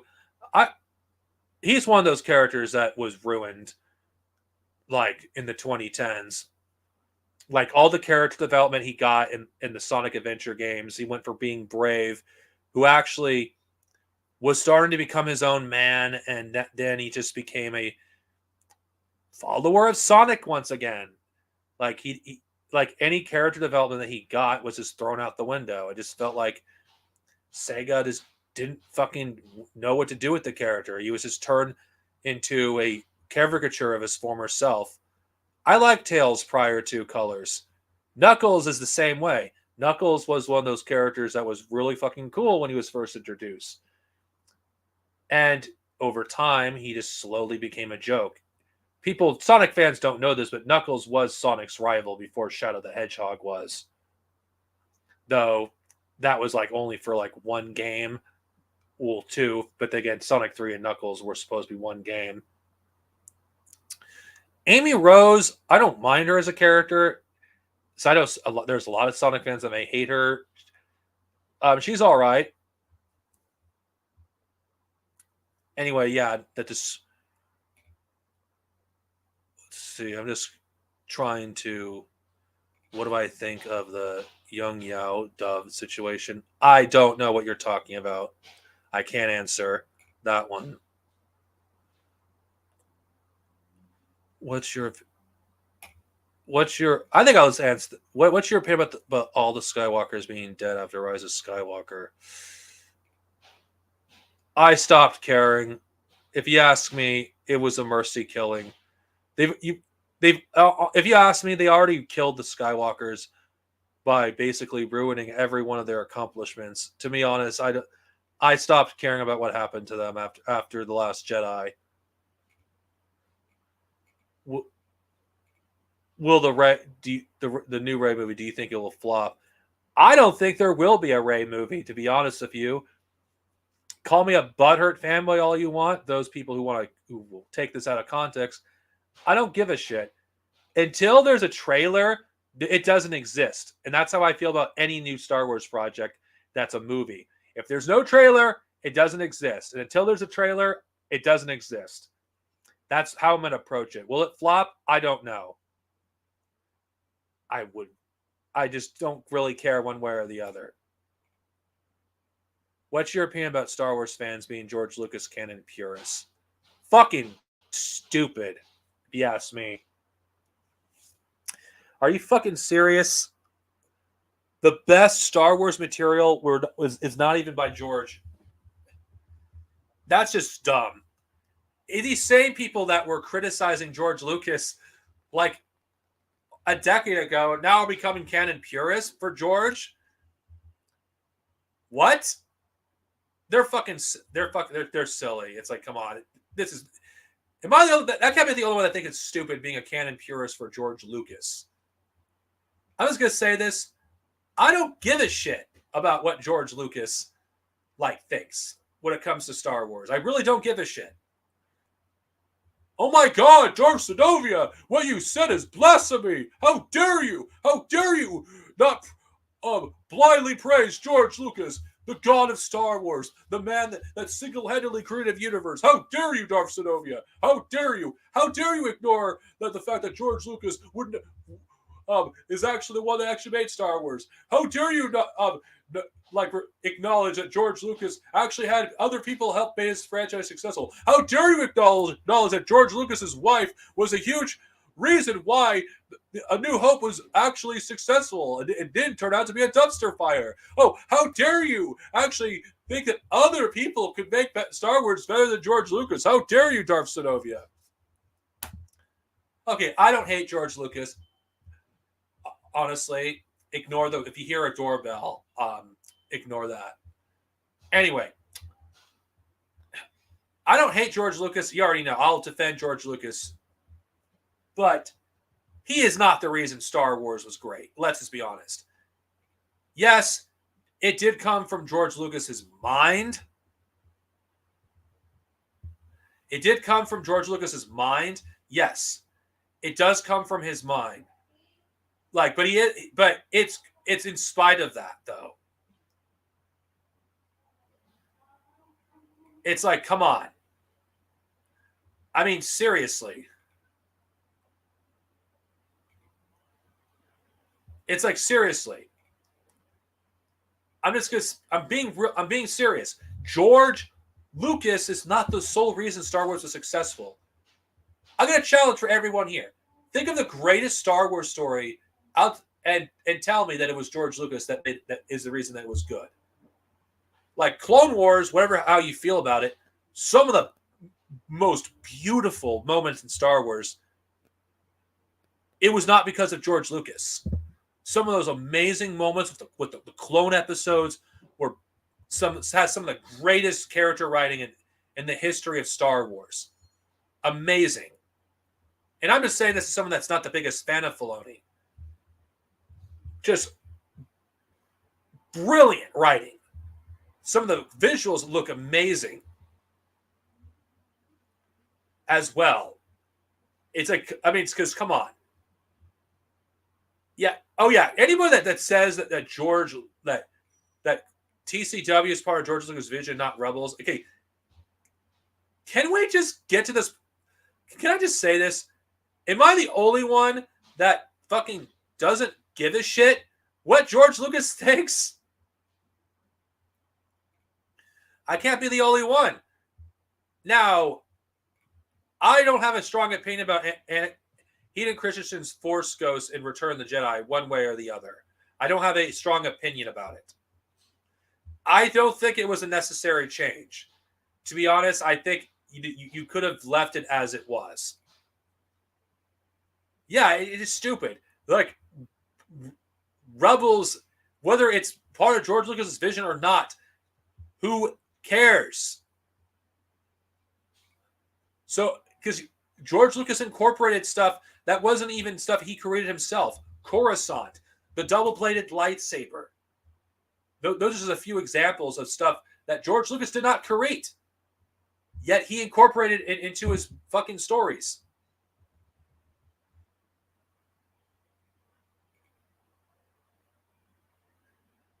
It's fucking ridiculous.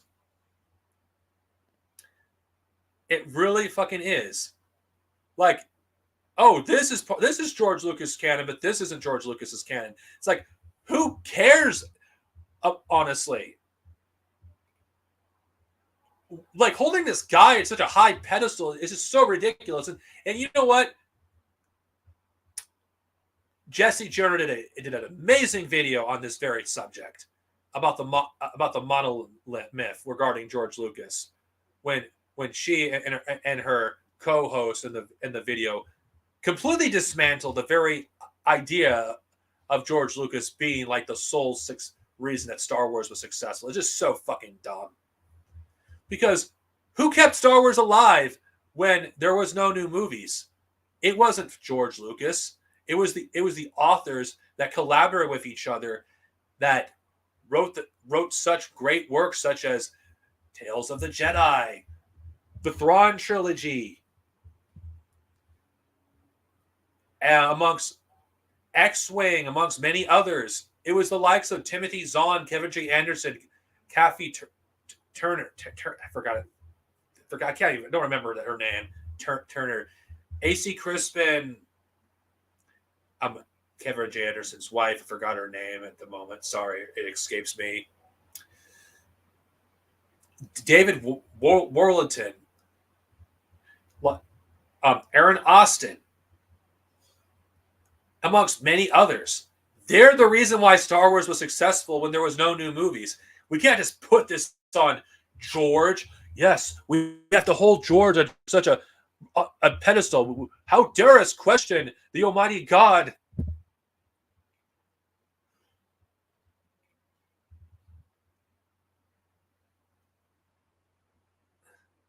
The one who was George Lucas fears Well, I don't care what George Lucas considers canon. I really don't. George Lucas, he wanted Darth Maul and Darth Talon, which sounds fucking stupid. I'm sorry. Because Darth Maul is a character that should not have been brought back to life. Bring back Darth Maul just made no sense in the first place. To me, it just feels like fan service. Bring back Darth Maul because, oh my god, Darth Maul is fucking cool. The fans want to bring him back. Okay, to be fair, George Lucas can do whatever he wants with his franchise when he owned it. It was his. Star Wars was his he allowed people to use his sandbox and do what they wanted with it within reason. George Lucas had the right to do what he wanted, change Star Wars however he wanted. It was George Lucas's baby at the end of the day.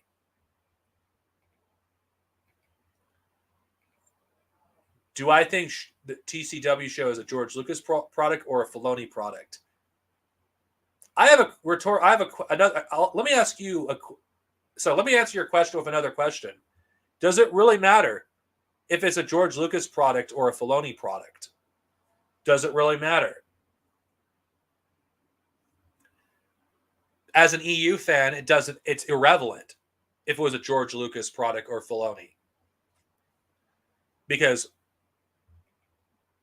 my favorite Star Wars stories don't come from George or from Filoni.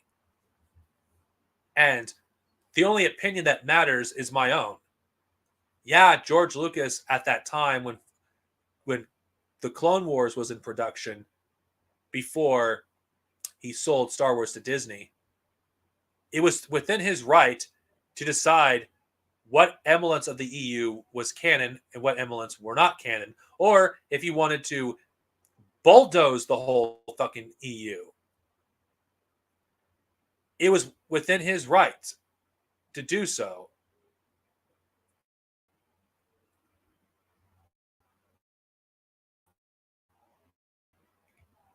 He had every right to do it. But I understand it. I understand why George Lucas did it. As an artist, it was within his right to do so. But that doesn't mean we have to like it. So, yeah, to answer your question, whose product it was. Because my enjoyment of Star Wars is determined by what matters the most to me, not what Dave Filoni or what George Lucas think. They give too much of a shit what George Lucas thinks about Star Wars.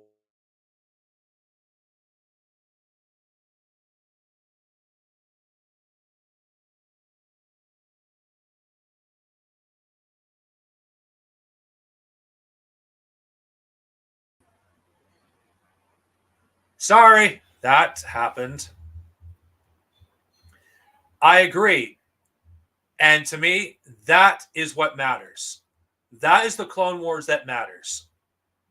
And I think that's how Star Wars fans should approach it. For those of you who are in my audience who don't care one way or the other, do you prefer Clone Wars 2008? That's the if you know what? If that is what you prefer, then that is that the version of the Clone Wars that matters to you? To me, that is what matters. Is what you think matters. To me, it's the EU that matters. I don't give a shit what other people think. And I think people should be able to enjoy Star Wars how they want to enjoy Star Wars. And if they enjoy, and if it's different than how I enjoy Star Wars, that's fine. That's okay. I think our ability to have this conversation at all, despite our disagreements, that is what makes having these conversations beautiful to begin with. Because if we can get along despite our differences, there is hope for the Star Wars fandom. If we can do that. And again, like I said, in a small scale, we can have these conversations.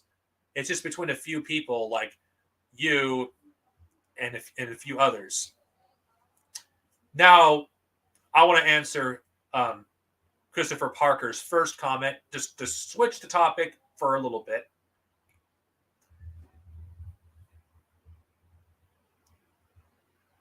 That sucks. I'm sorry. I can relate to an extent. I mean, going to a fucking family party after a 4-minute drive and not stay at all because of some unreasonable person in family. I can relate to that, Christopher. I can relate to that completely. How's your day? Let's see. Since we're talking about Filoni still, I'll answer this question. I'll just read this out. Reactionaries are all on that Filoni hate train, just as I predicted. Well, are we really surprised? Because hate sells. This is why I'm saying that majority of these Star Wars channels that are out there, they either produce content that's just clickbait. Like, there's this bullshit with Star Wars Explained. It was like, oh, Luke met Qui-Gon in this one Star Wars comment. Completely misleading.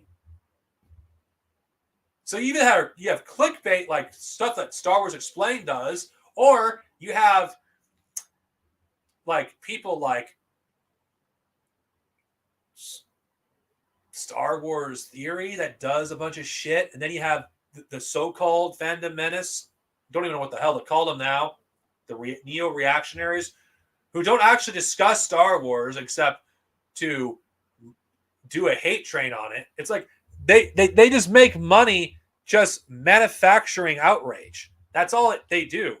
They don't actually care about Star Wars. And those who don't support the fandom menace anymore, who are more on the Mad Max train, they at least care about Star Wars.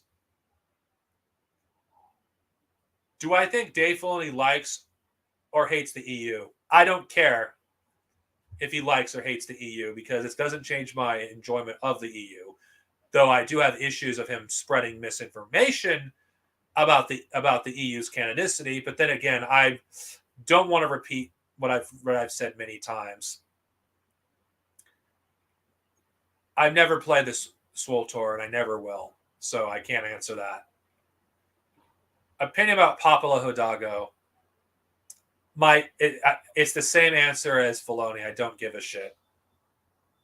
Actually.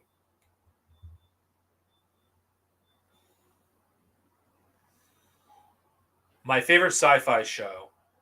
Star Trek Deep Space Nine. Is that even a question? That's probably my favorite science fiction series ever.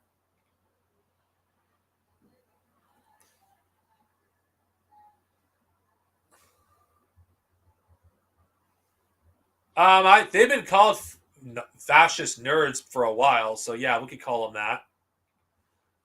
Remember when it was cool in the hate prequels of George Lucas in 2015? Oh yeah, I remember that. And these same people, this is what I'm talking about. These so-called canon purists, they were on the George Lucas hate train in 2015. In fact, the Phantom Menace, if you look hard enough, even though it's difficult because fucking God, they have like 10,000 videos, if not more.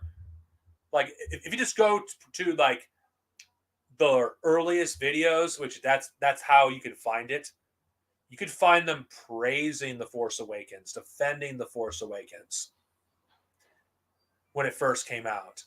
Now, there are YouTubers that were on the bandwagon, but stopped being on the bandwagon when The Last Jedi came out. Even though I don't agree with this person, people can give Dash Star credit. I'm pretty sure that's a name most of you haven't heard of in ages. But Dash Star was probably one of the more organic anti-Disney Star Wars channels that existed at that time. Because he cultivated his audience were mainly Disney Star Wars fans. And when he spoke out against The Last Jedi, he got attacked and harassed for it.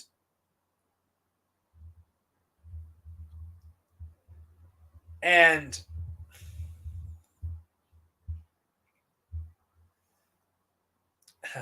I'm just going to say this. Yeah, Young Riffle lost the lawsuit. Of course he did.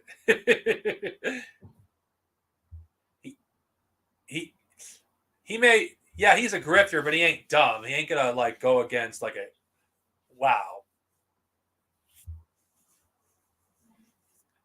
So much for the Rippaverse, LOL. But to change the topic back, it's just amazing. Like, one thing I will never not get over is how the Disney Star Wars fans refuse to take responsibility, and I do hold them accountable for the kind of toxic atmosphere they've helped created.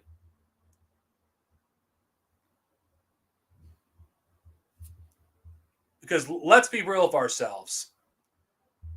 Had there been an atmosphere where people can actually talk like adults. Okay, of course, adults, Star Wars fans. That's like a contradiction about how they felt about the Star Wars sequels that were coming out at the time. If they were able to be honest with The Last Jedi, just having a discussion and not just resort to insults or harassment campaigns or name calling or like disowning people over a fucking opinion of a movie. Because I'm just going to say this. That's essentially what sequel trilogy fans are at this point. They are a fucking cult. They are a literal fucking cult. Like if you go, like they're so far removed from reality. Like you could show facts that the numbers are not really on their side when it comes to fans that are fans of the sequels. Because think about this.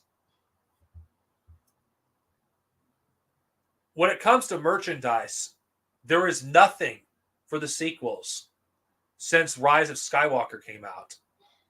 When it comes to like new action figures, when it comes to new novels, you only had one since like the Poe Dameron prequel novel, but that only got published because that was already in production before Rise of Skywalker came out to begin with.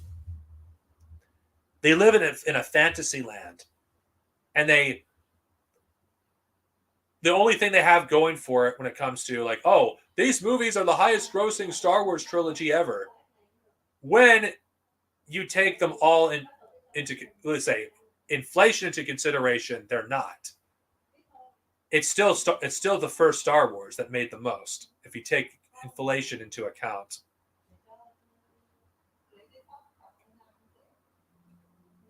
God, I could probably edit this portion into a Jedi's Cantina stream. The Mr. Plankett review videos of the prequels were made for the OT purists and prequel haters. Yeah, what's ironic is they turned around after The Last Jedi. Then again, they don't deserve any. I'm not going to fucking give them credit where credit's due because they created this toxic atmosphere. Well, that's a cult too. But the thing is, I called out. Okay, I'm calling out the Disney Star Wars cultists because they're cult-like too. Because they've created an atmosphere where there could be no honest dialogue when it comes to the current state of Star Wars. If you look at Star Wars YouTube videos from today and look at them from 2015 and 2016, 2017, the comment sections were far more engaging in Star Wars channels back at that time. The Last Jedi controversy, they were engaging, but not in a good way. Now, you have channels that used to get hundreds of thousands of views are basically ghost towns. Hell, I could argue this channel is probably this applies to this channel too. It's just Star Wars has just become a ghost town. Because talking about Star Wars just isn't fun anymore. I mean, okay, that's a contradiction because I'm just talking about it now. But I'm talking about the conversations about Star Wars just are not as fun. Like back before The Last Jedi came out, it was fun to talk about the different possibilities that could happen in The Last Jedi, but the backlash just took whatever enjoyment there was left of the Star Wars fandom and just sucked it dry. Because now, what would you have when a discussion of Star Wars is ever brought up? It's either, oh, this story is stupid or this story is no longer canon, or was never canon, or when you're trying to talk about the EU or topic that has nothing to do with the EU, you have some stupid comments like, "Oh, the EU was licensed fan fiction," even though you can argue the same applies to the new canon as well. It is the topic of conversation for Star Wars has become so mean spirited, like it's so sad. Yes, in this group right now, I can talk about Star Wars and have fun with it.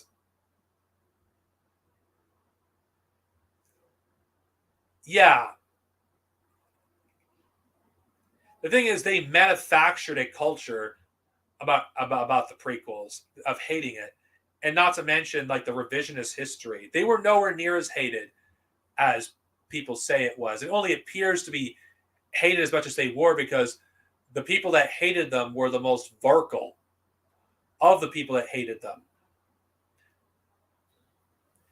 It's like, yeah, I wouldn't even call Red Letter Media's reviews of the prequels fucking reviews at all. They're not. All it is just full of a bunch of juvenile humor, which is fucking racist, homophobic. I'm pretty sure there's other things in those reviews. I dare not watch them because I just hearing some clips from them make me want to puke. It's just a raving of a man child. Of course, the defense of those reviews, like, oh, they're not meant to be taken seriously. They're for entertainment. Yeah. The main people that enjoy those reviews are people who have like the lowest common denominator when it comes to humor. I don't find rape jokes funny. I think rape jokes are disgusting and creepy, especially made by someone who at the time who did the review was probably in their late 30s to early 40s. Is the kind of joke is just disgusting. It'd been one thing if it was making fun of the like overzealous fanboys, but it wasn't doing that. The person was clearly a fanboy of the original trilogy. It's like anything that Plinkett said about his review could have been, he could have done one video each of the prequels.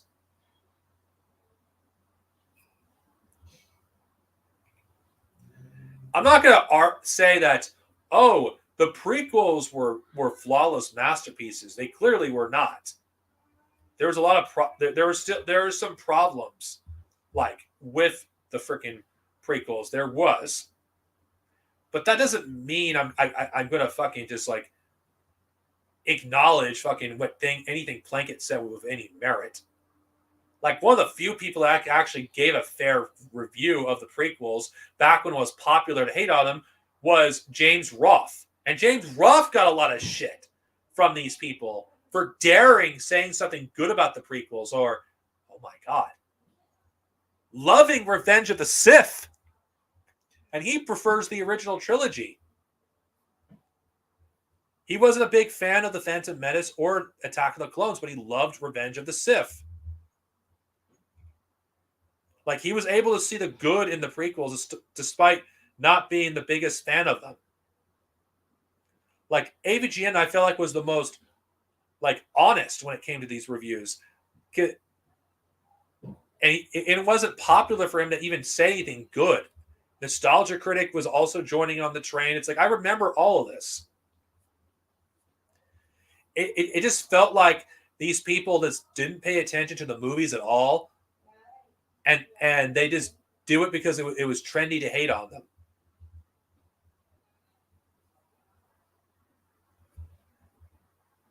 It's not popular now. But yeah. Palpatine would not stand a chance against Palpatine. Sorry. What the fuck am I saying? Scatterbrain. Qui-Gon would not stand a chance against Palpatine. I mean, their feats are just no. Putting Qui-Gon against Palpatine is like putting like Raditz in Dragon Ball Z against like Buu Saga Goku. It's just not even close. I'm sorry. I love Qui-Gon, but he's nowhere near his level. yeah, the people versus George Lucas, fucking ridiculous. Not saying there are any legitimate critiques, but though that criticism of that movie did play a hand in fucking. Sorry, the movie did play a hand in why we're stuck with these fucking films. Like, what? The people versus George Lucas and films like that is the reason why we're stuck with garbage like that. Why the sequel trilogy even exists in the first place. It's because of those people.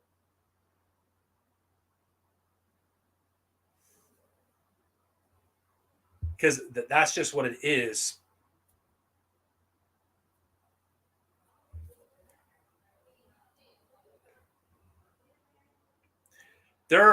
Those reviews are not referenced as much anymore, but they were at the time. It's like, oh, you know what? The prequels are bad. Just watch this review.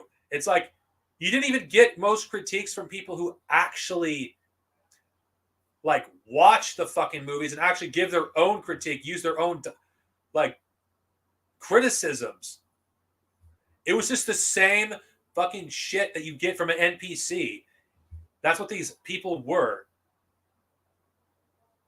That's all they fucking were. It's like, yes, there's stuff you could criticize the prequels for. The dialogue was kind of wooden. The acting is kind of bad, which that could be thrown at the original trilogy too, if we're going to be honest with ourselves. Like it's not like the originals don't have some of the same problems the prequels have, and yet these people at the time with the same breath. I'm probably going to talk about this in the Last Jedi fucking video, but whatever. You have the romance in the sequels being some of the most cringiest shit fucking ever, like fucking Reylo and fucking. Okay, God, let me Reylo. Sorry, my mind is being scattered brain. Reylo is fucking something out of a fucking bad fan fiction. It's like, what happens when you have 50 Shades of shit and with Star Wars? You have fucking Reylo. That's essentially what it is.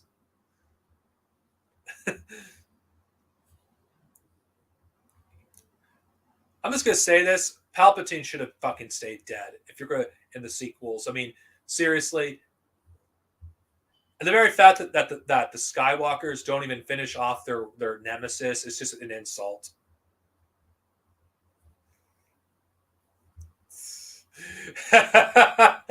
Reylo makes Twilight's romance look great.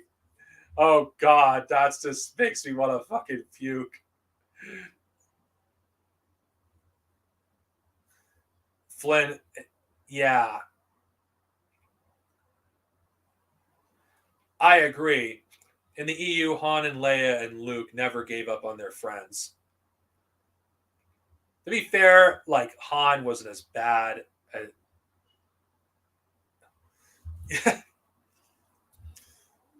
Thanks, Max Panther. How you doing? I was just ranting about Disney Star Wars and Disney Star Wars fans, this other shit. I did start off talking about some more serious topics. Oh God, Jesus, you know, I can't believe I'm gonna suffer through the Last Jedi again. Oh God, oh God. Yeah, speaking of fucking Snoke, what a waste of a fucking character and a great actor. Like you had fucking Andy Serkis playing fucking Snoke, and you wasted him. Like Andy, like what the fuck? You had the actor who played Smeagol from the Lord of the Rings trilogy, and it's like, hey, look at me. Hey, I'm just gonna like do like I'm just be honest. You cannot name a bigger bait and switch than fucking than Snoke, other than like Rey being fucking. I'm sorry, Finn being like the protagonist. Yeah, at least I hate The Last Jedi may be awful, but at least it made an attempt to have something to say and at least try to make Kylo Ren the villain.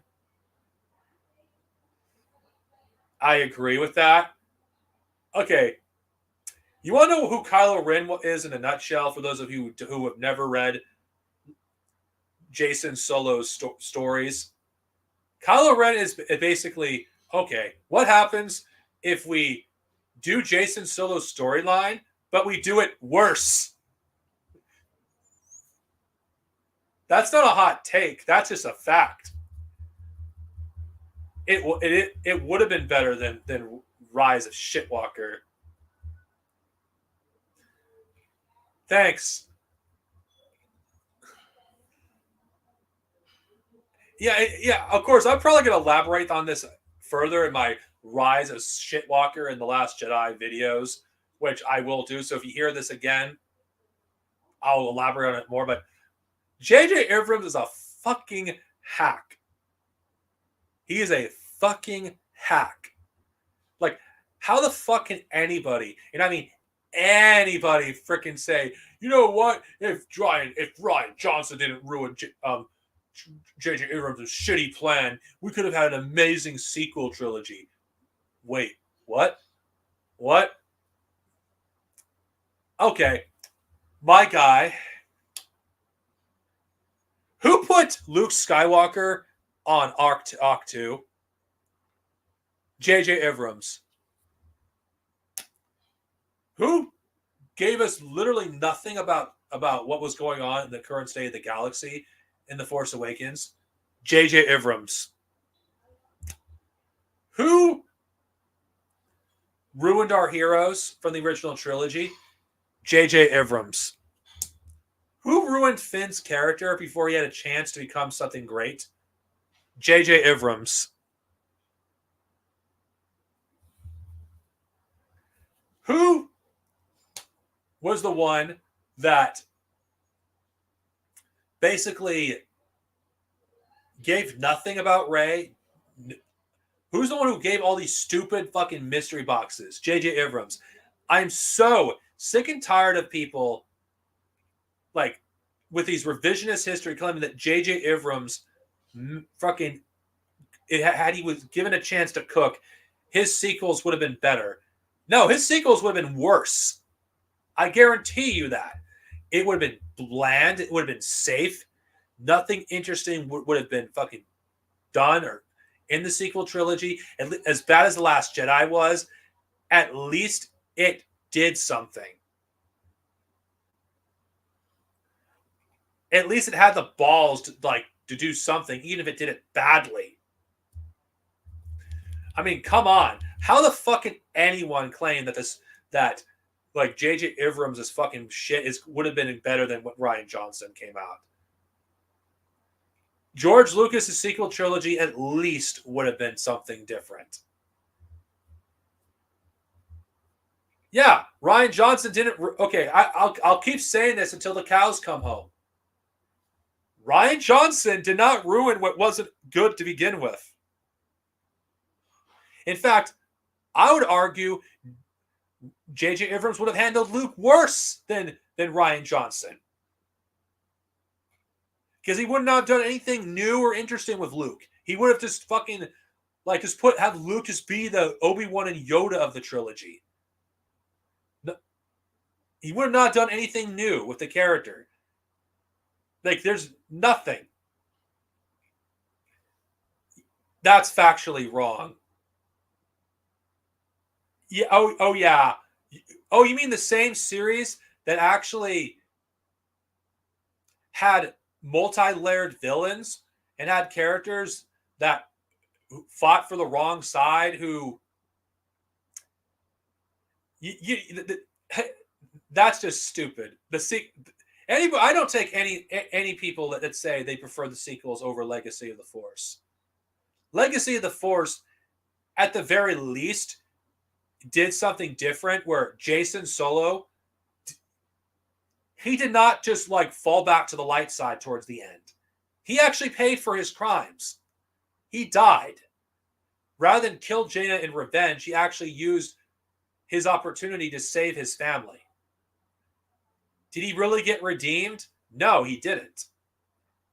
Jacen Solo actually died a villain. He did not die a hero like Kylo Ren did, which I don't even think Kylo Ren was even a hero. The very fact anyone that claims that Kylo Ren had a more satisfying ending is full of themselves. Jacen Solo, his fall to the dark side was very tragic. Then again, books and movies are different mediums. I just don't buy it. These are just people just looking for a reason to justify them liking the sequels when they don't have to.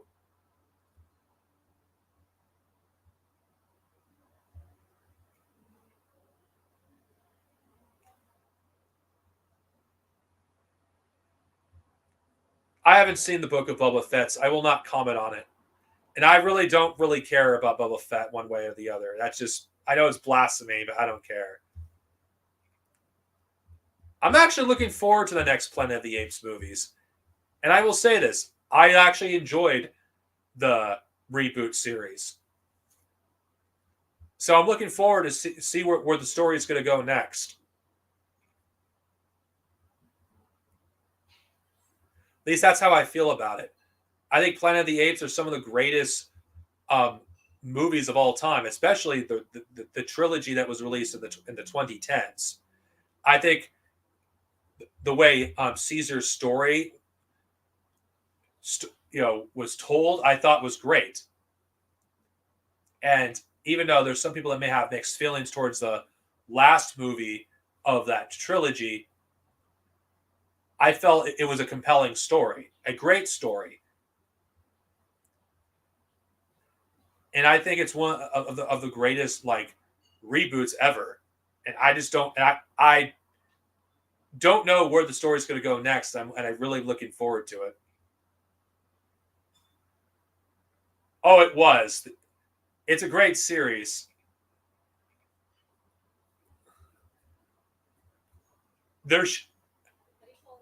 I stand by George Lucas. Yoda should not, his species should not be revealed. Neither should their origins. I feel like you like remove the mystique of what made Yoda interesting to begin with.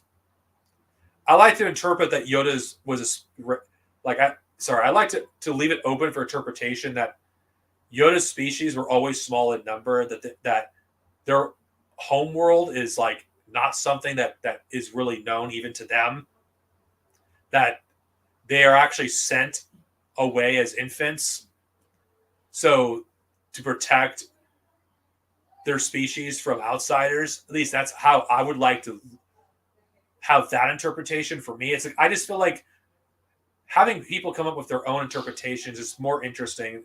So I just think it just feels like you make the universe like feel less mystical when you constantly reveal stuff. And I think Yoda's species should be left a mystery. Maybe they came from another galaxy. I don't know. If George Lucas were to reveal it, I wouldn't mind because it's the mastermind himself. But George Lucas still had his limit. Like George Lucas didn't allow too much of the Sith's origins to be revealed. Like good stories, you do need some mystery in order to actually keep people's interested. Because if you reveal everything that there is, then there's no mystery left. And that's just how I feel about the Grogu situation. Jesus. First, I start off the stream talking about Palestine, then I talk about Star Wars for most of it. I don't know anything about Half-Life, so I can't say.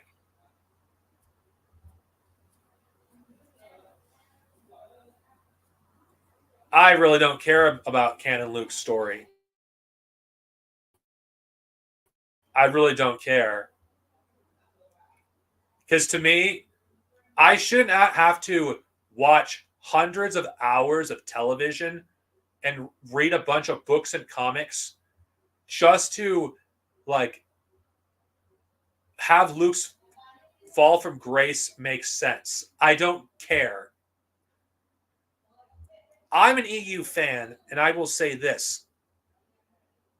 A story should be able to stand on its own.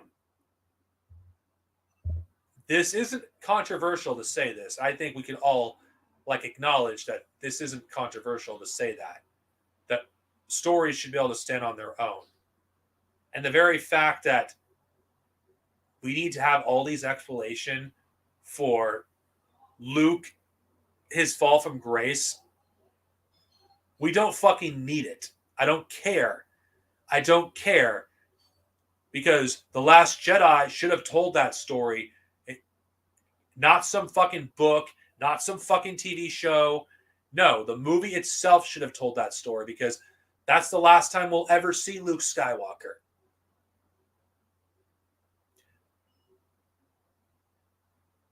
I don't give a damn. I really don't care. Yes, I agree with that too. That applies to those who have not watched the original trilogy. It should, the movie should be able to tell their own stories without relying on a bunch of sources to make sense of it.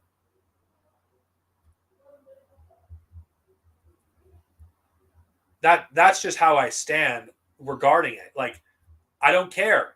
And I've said it again and again and again.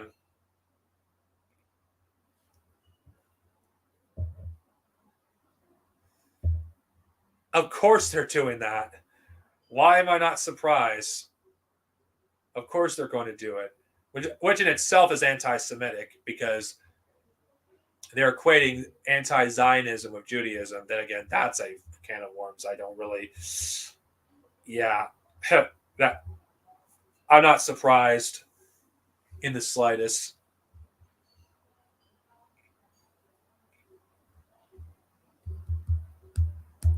Honestly, I just don't want any EU character to be touched by Filoni. If you're gonna have Luke have a wife in the new canon, give him another wife. Don't give him Mara Jade, because it's not gonna be the same character.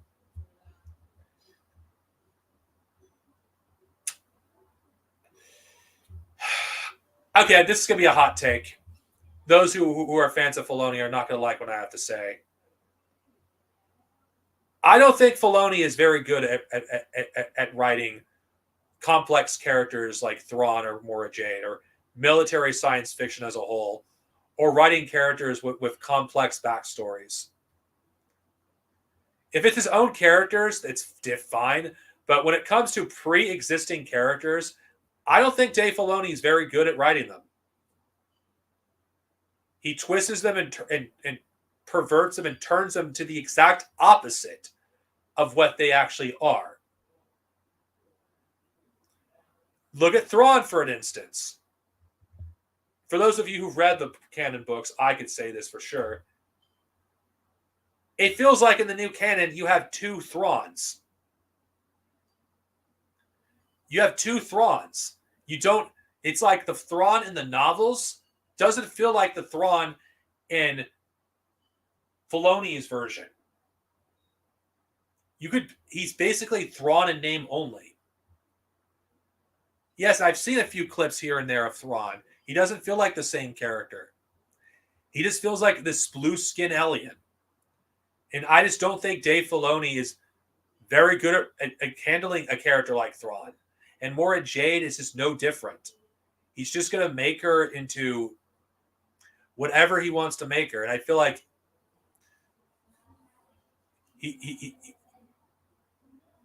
God, it's like Thrawn is just another tread in Star Wars where he's just cartoonishly evil. Thrawn just doesn't feel like the Thrawn that I know.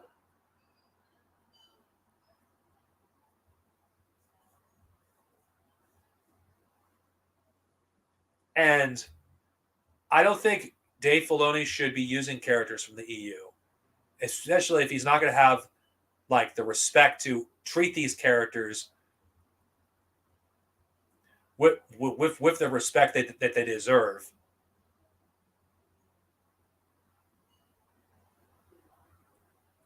It just feels like Dave Filoni, when if it's not, unless it's a character that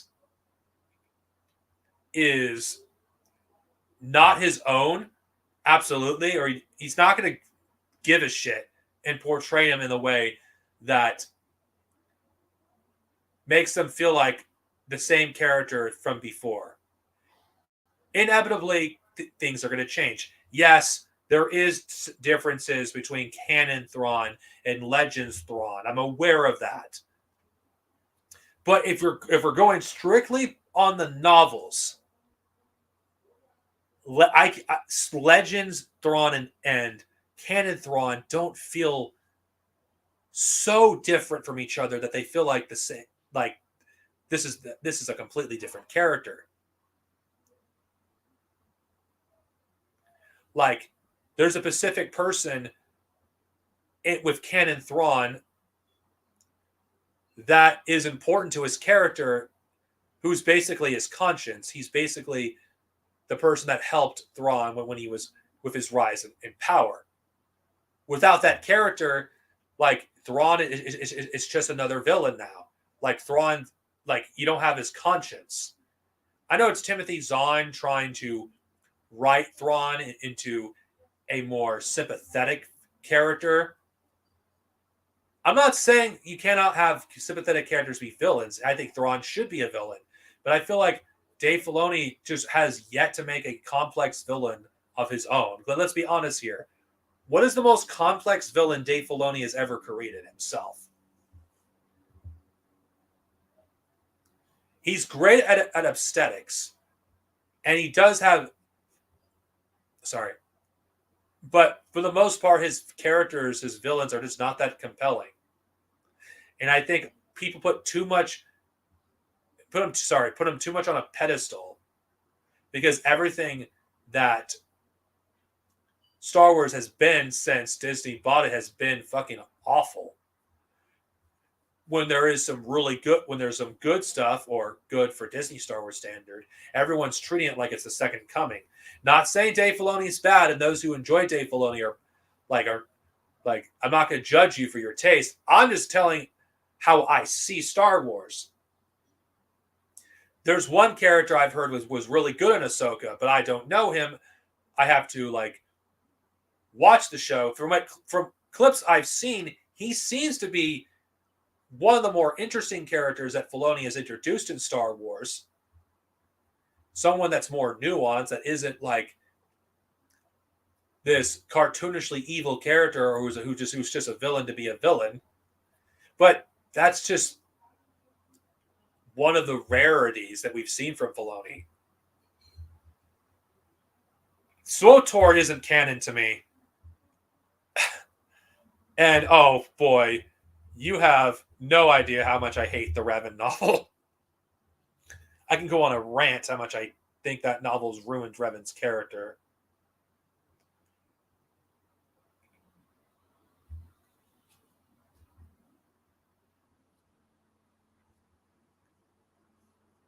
All right. To take the conversation back to something serious, because it'd be irresponsible not talking about this.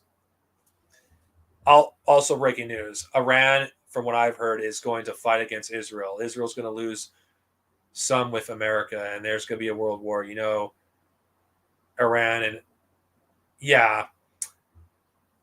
Israel is basically starting a bunch of shit and thinking that, Israel isn't ready for a regional war. This isn't like the 60s anymore. This is like the modern day. Like, they don't have nearly as much support. And a world war is a strong possibility, and it's scary. But again, this is what a dying regime does. Like, Israel is in its final days. It's like the fact that it's being as brutal as it is a result of that. the United States, I think, will be forced to like reduce its support for Israel to some extent if they were smart, because this regional war is not something anybody wants. Because this isn't like other wars. These are multiple. Like Iran is not like Iraq or Afghanistan. It's fully capable of defending itself, and not to mention it would have support from Russia. Yeah, it's a fucking a shit show. Yes, and support BDS, and I agree. Hit these fucking companies where it hurts.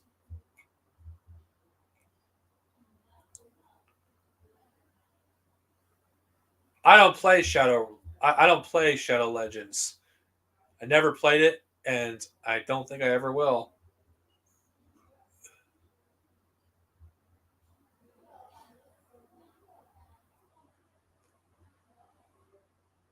Oh God, yeah. The fall of the almighty dollar. Nobody is prepared for that.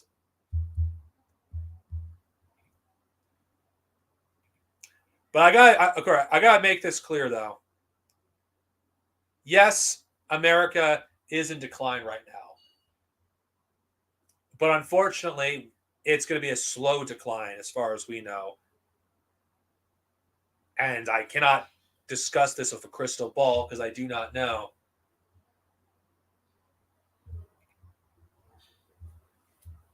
So I don't know when it's going to collapse, Israel or America. It could happen today. It could happen next year. It could happen. It could happen a month from now. It could happen tomorrow. It could happen even tomorrow. It could happen 10 years from now, 20 years from now, 30 years from now. I cannot predict because I don't know. Like, if someone can look into the future,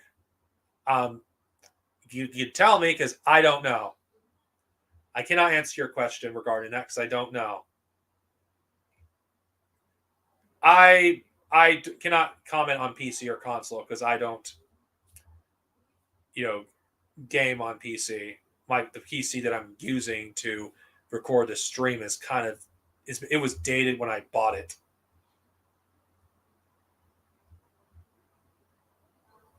Yeah, true.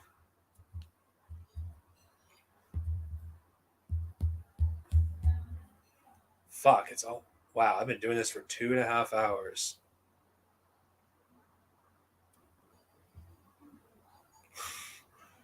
Wait, I thought MAGA was supporting Russia.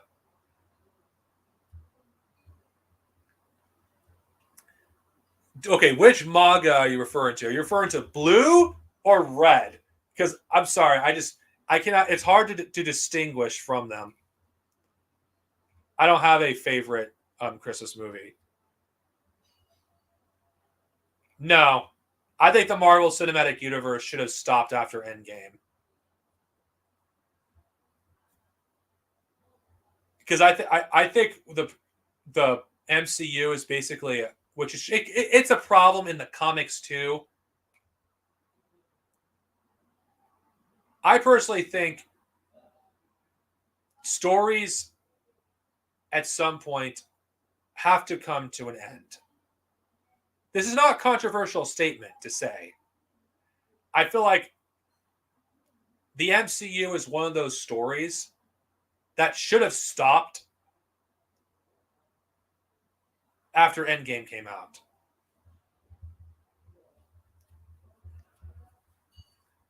And I think it's just a series of films that have last far past its expiration date. All franchises have an expiration date. Marvel's no exception. And that's my stance on it.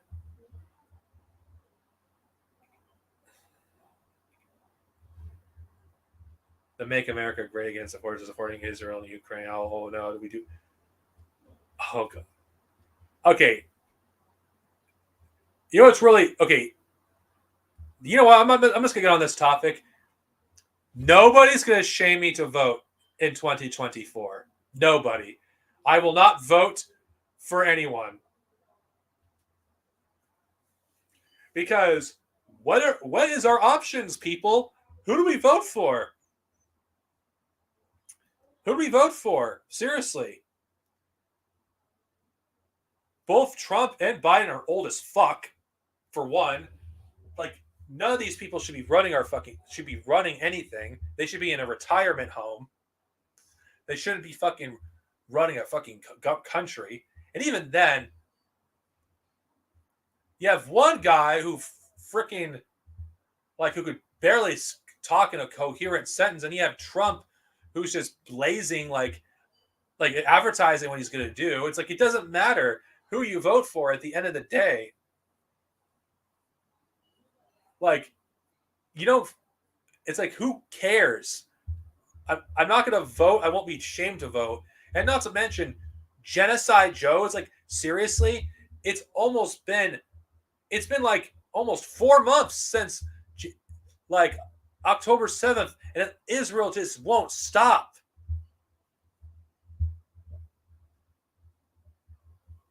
It's like, under Joe Biden's watch, we are closer to World War III than we ever were under Trump. I can't believe I'm saying this. I can't fucking believe I'm saying this. It's like, every time there's a Democratic president, we have more wars, more bombings than we do under fucking Republicans. And this is not to say freaking Republicans are good. For those of you who are newer, who are watching me, far from it. I don't like the Republicans. I think they're awful too. It's like, I agree. It's like, why vote? Why? Like, under Joe Biden, like, you had more anti-trans legislation being pushed than you did under Trump. Under fucking Biden, you had 2 wars start under Biden's watch, and not to mention a fucking live genocide. No, don't get me wrong. Trump would have supported what's going on in Gaza. In fact, he would have been more open about it. It's like, the debate stage, if you can call it fucking debate, with the Trump wannabe tryouts with the Republican primaries, was just who could out fascist who. It's like, it's like you know what? I could outdo Trump and his fascism. No, I could outdo Trump and his fascism. Actually, what we should be doing, like the only reasonable guy who's still a fascist, but compared to everybody else, it's like, I'm not afraid that he's going to fucking push the red button and fucking send us all to the fucking dark ages. It's like, no matter who we vote for, we lose. It's like Alien versus Predator. It doesn't matter who wins. We all lose. It's like, fuck the Republicans and fuck the Democrats.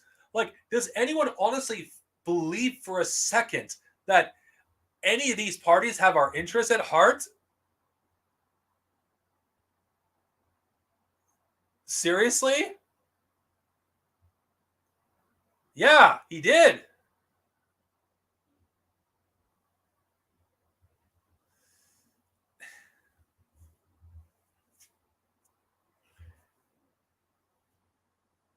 It's like these people, Trump, Biden, it doesn't fucking matter who you vote for.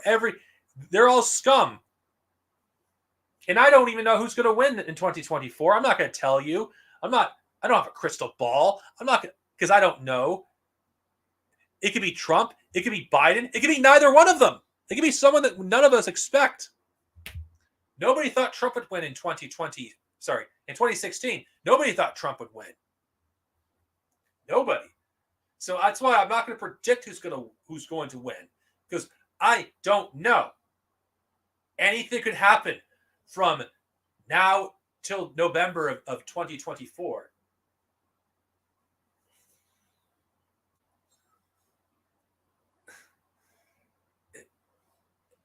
Yeah.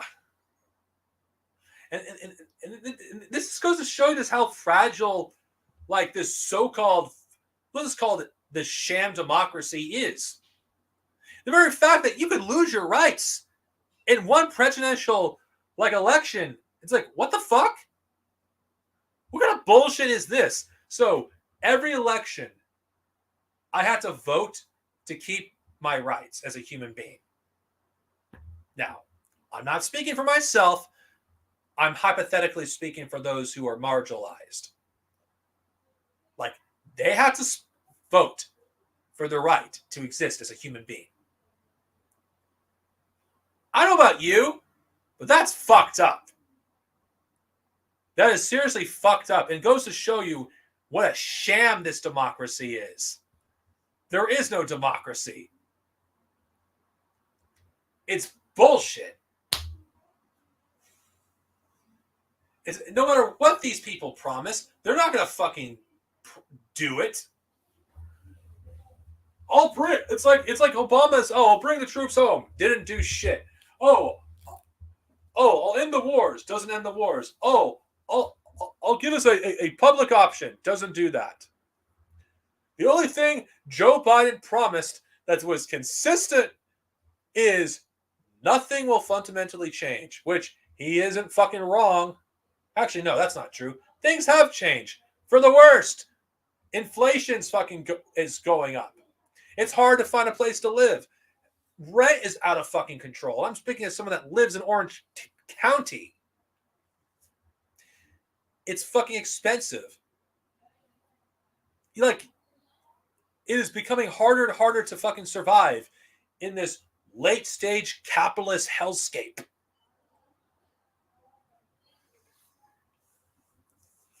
And I'm expected to fucking vote for some dude who's basically going to make it worse anyway, or not do anything.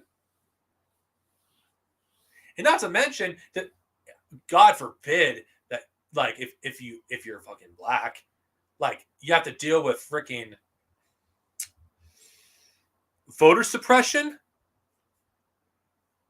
or you want to vote third party. Oh, you can't vote third party depending on the state. You have to actually be a registered Republican or Democrat. It's like, what kind of bullshit is this?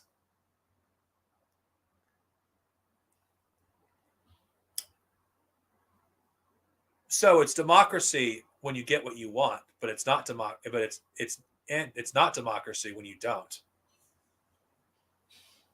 The Electoral College is bullshit in the first place. There's literally no reason to vote. Like, you want to know why I'm saying this? If you vote Republican in California, you might as well not vote. If you vote Democrat in Missouri, you might as well not vote. Like, there is, like, no fucking viable reason to vote.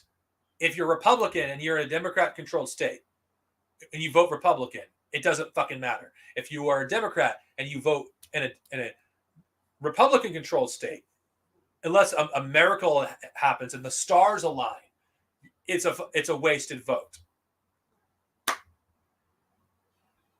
Like, I figured this shit out when I was a teenager, that this voting system was bullshit. Oh, but the Electoral College is to prevent someone who's not qualified to get into office. Wait a minute. Hold on. Wait up. Then why is it that the past few elections, it's the person who had the popular vote that lost, not the unpopular vote? Why is it that Bush won in 2000 because of the electoral votes, not the popular vote? Hillary won the popular vote in 2016, but lost because of the electoral vote. Like, don't you love our democracy? For those who live in America, those who don't you fucking love it?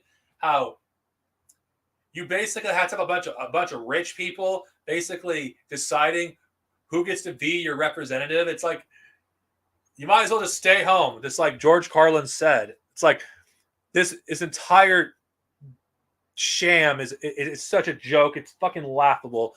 in the back 2024, like the very fact that we're just gonna like, oh yes, how much more extreme are going to see these Republicans? How much of a clown show is this going to evolve into? Because that's essentially what I see happening with the Republicans and Democrats. I can see it becoming more and more of a fucking clown show.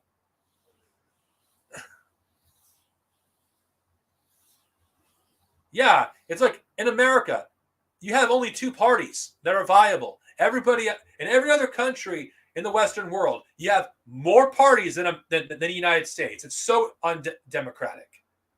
Then again, I could be wrong, so correct me for those of you who live in the other parts of the world. Yeah. Yeah, those people can go. Yeah, those people can get fucked. I'm not voting for fucking Biden, and I'm not voting for Trump. Assuming Trump is on the ballot. I'm not fucking voting for either one. I'm just going to stay home because fuck it. Yes, free Turtle Island. It's such fucking bullshit. It's like voting for fucking Joe Biden is not going to help the people of Palestine any more than voting for Trump. In fact, you'll just make their problems work. In fact,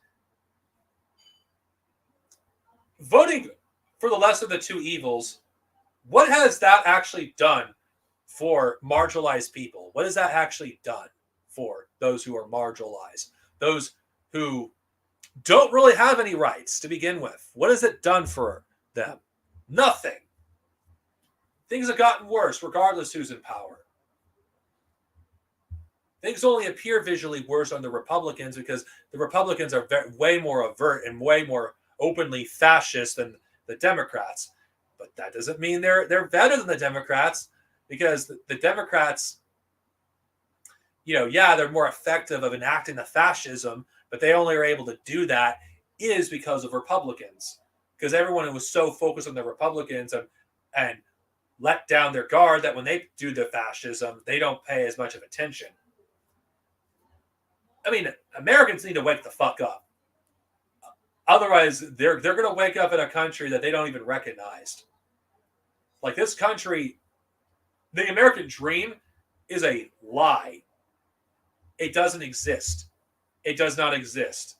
The American dream is bullshit. The very fact that people actually still believe in that nonsense to this very day is like sad. It really is sad.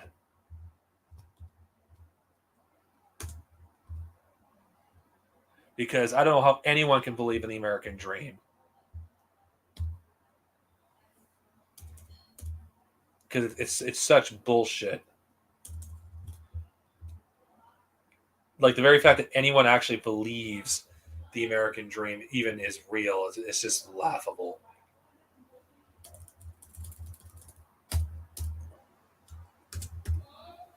Like how could anyone believe in the American dream? I know it's repetitive me saying this, but it's a rhetorical question.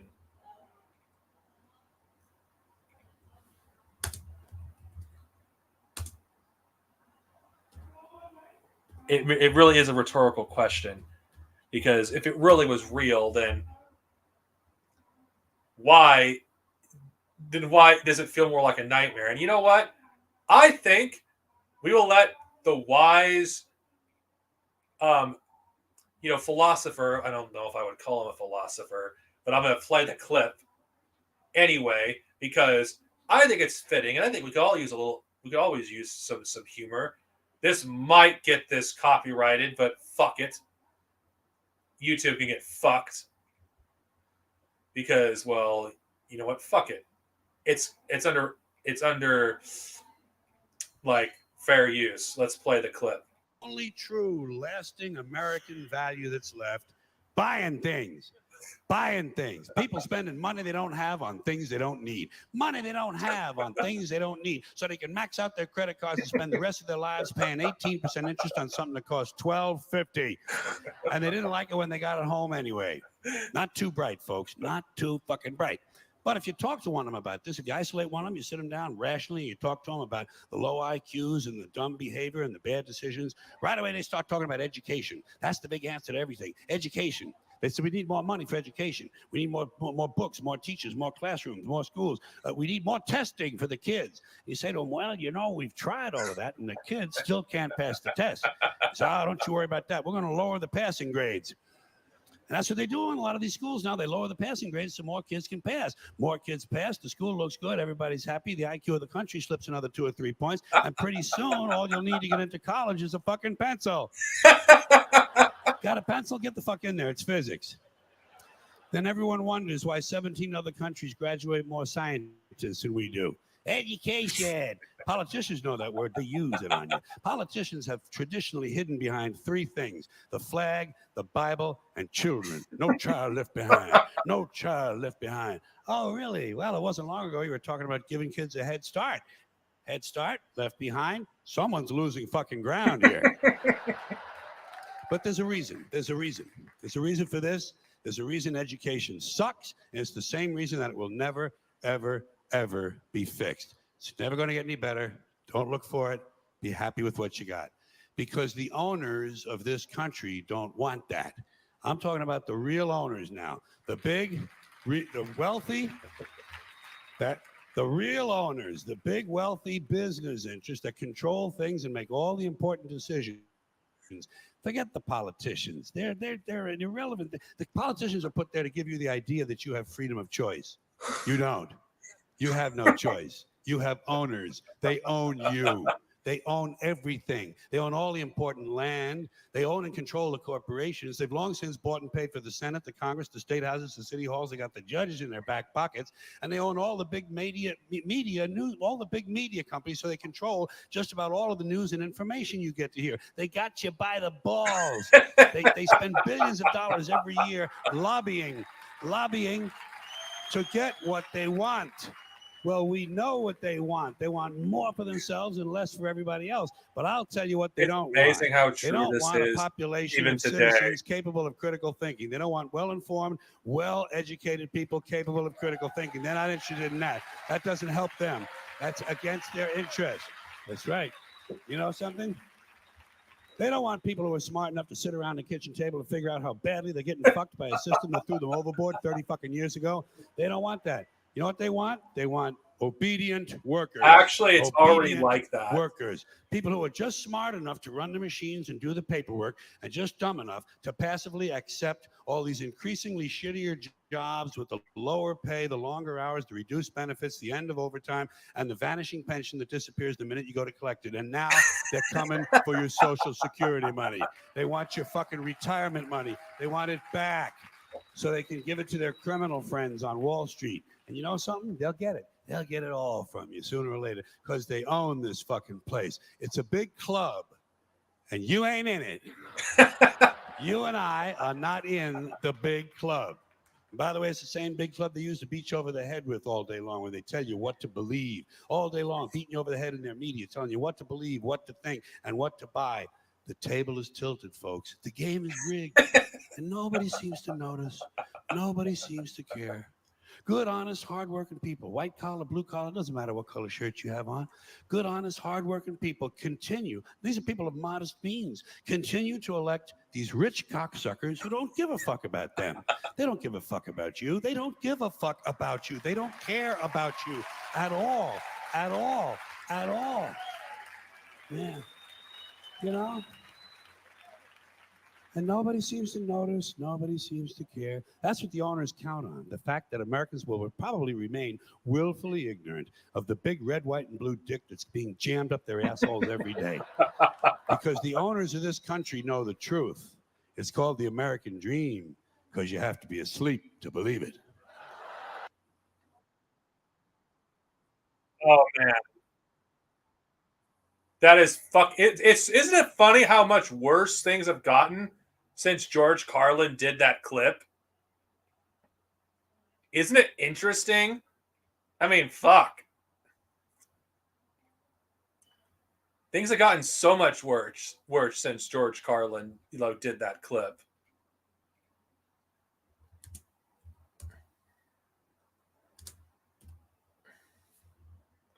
I mean, it's just funny.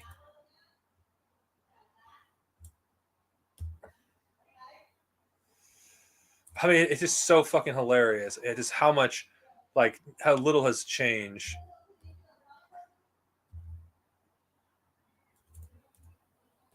And mind you, this guy was once on Bill Maher.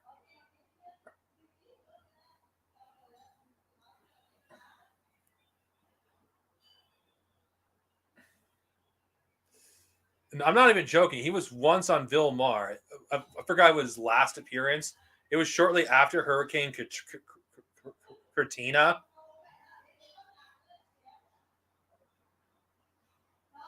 It's so funny how the right wanted to claim that George Carlin was one of theirs when George Carlin hated those fuckers.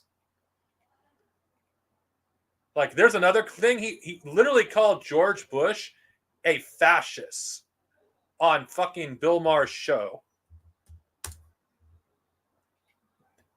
Well, he probably would hate Bill Maher if he was fucking alive today. It's just... And not to mention, my God, he's not a prophet, but fucking God, this guy was brilliant. He literally saw all this shit happening freaking back then. Yeah, Steven Crowder is a fucking idiot. He doesn't hold a candle to George Carlin. You began a sentence a little while ago with it's not a surprise. It shouldn't be a surprise. It shouldn't be a surprise that rich white men don't care about poor black people, period. So they're not high on their list. They're not high on their list. George, They're I love not you, high. George, They're not. but that's I don't care nonsense. if you love me or not. That's They're nonsense. not high on the conscious or the subconscious list of those people who are in charge of things in this country. The owners, forget these foolish elections. The owners of this country don't care about the poor in The general. owners and of they this don't care country. about What are we going? Is this Karl Marx talking to me? The owners of this country are the voters of this country. You're wrong about that, my friend. Aren't the owners of this country the voters in this country who elected George Bush? Not. Listen, Look at the politics, arrogance these of this elections guy. are a charade. It is a charade. okay. It is.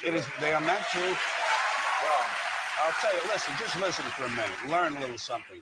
The elections and politicians are in place in order to give Americans the illusion that they have freedom of choice. You don't really have choice in this country. And let me ask you this about the looting. Would you agree that there was two kinds of looting?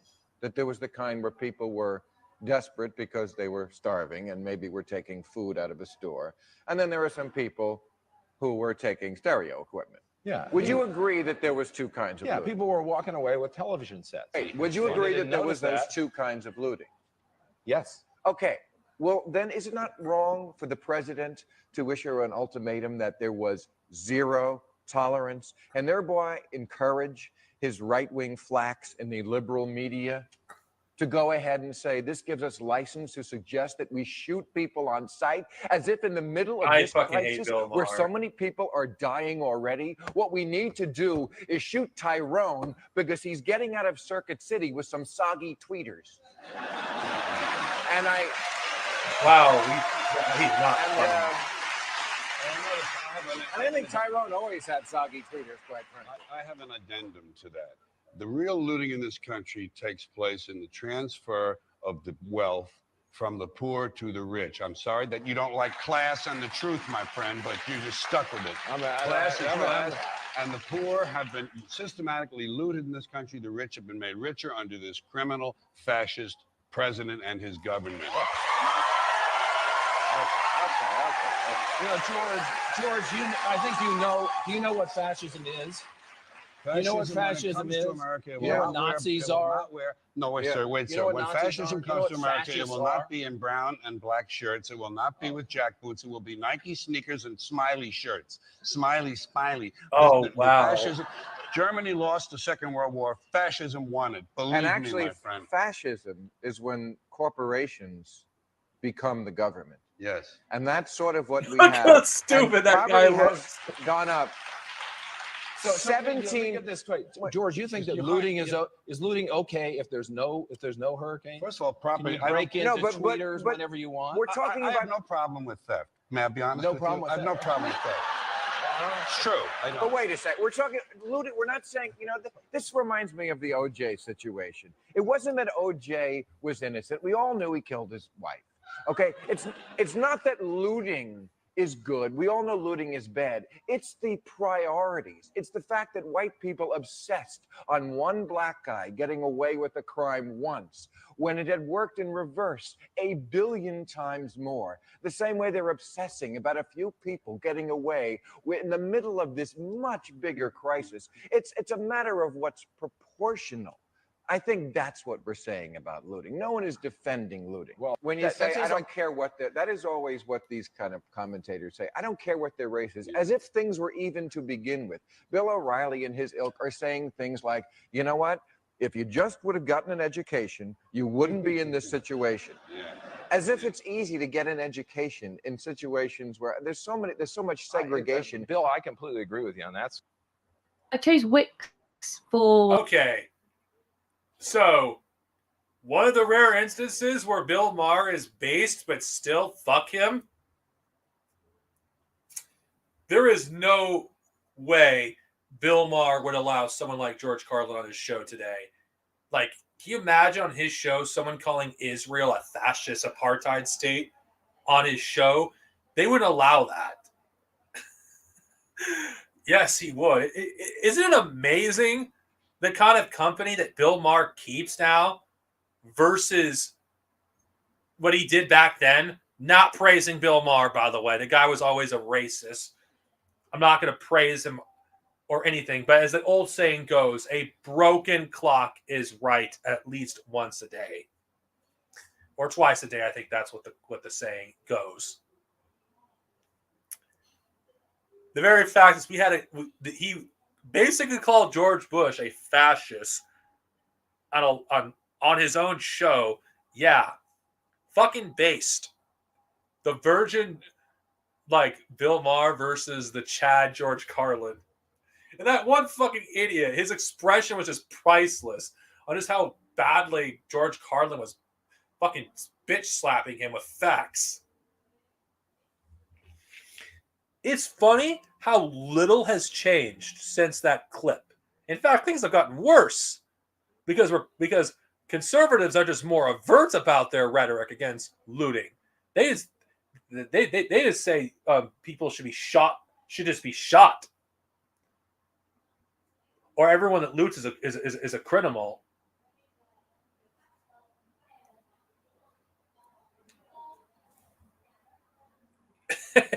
Yes.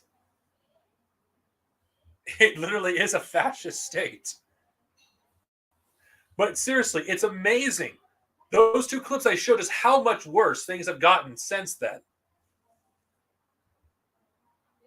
Now, I don't know what his politics are. I'm not going to insert what I think his politics are because that's just be arrogant on my part.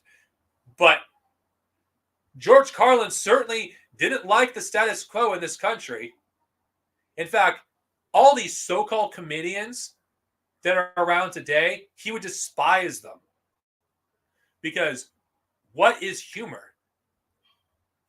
At the end of the day, is it punching up or punching down? And these people these so-called, I love George Carlin.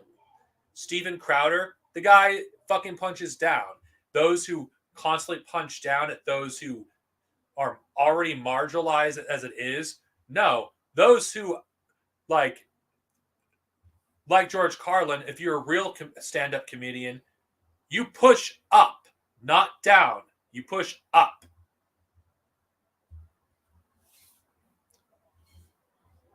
Interesting how things come full circle. I start off talking about Palestine, and then it's getting back to it, which it was inevitable.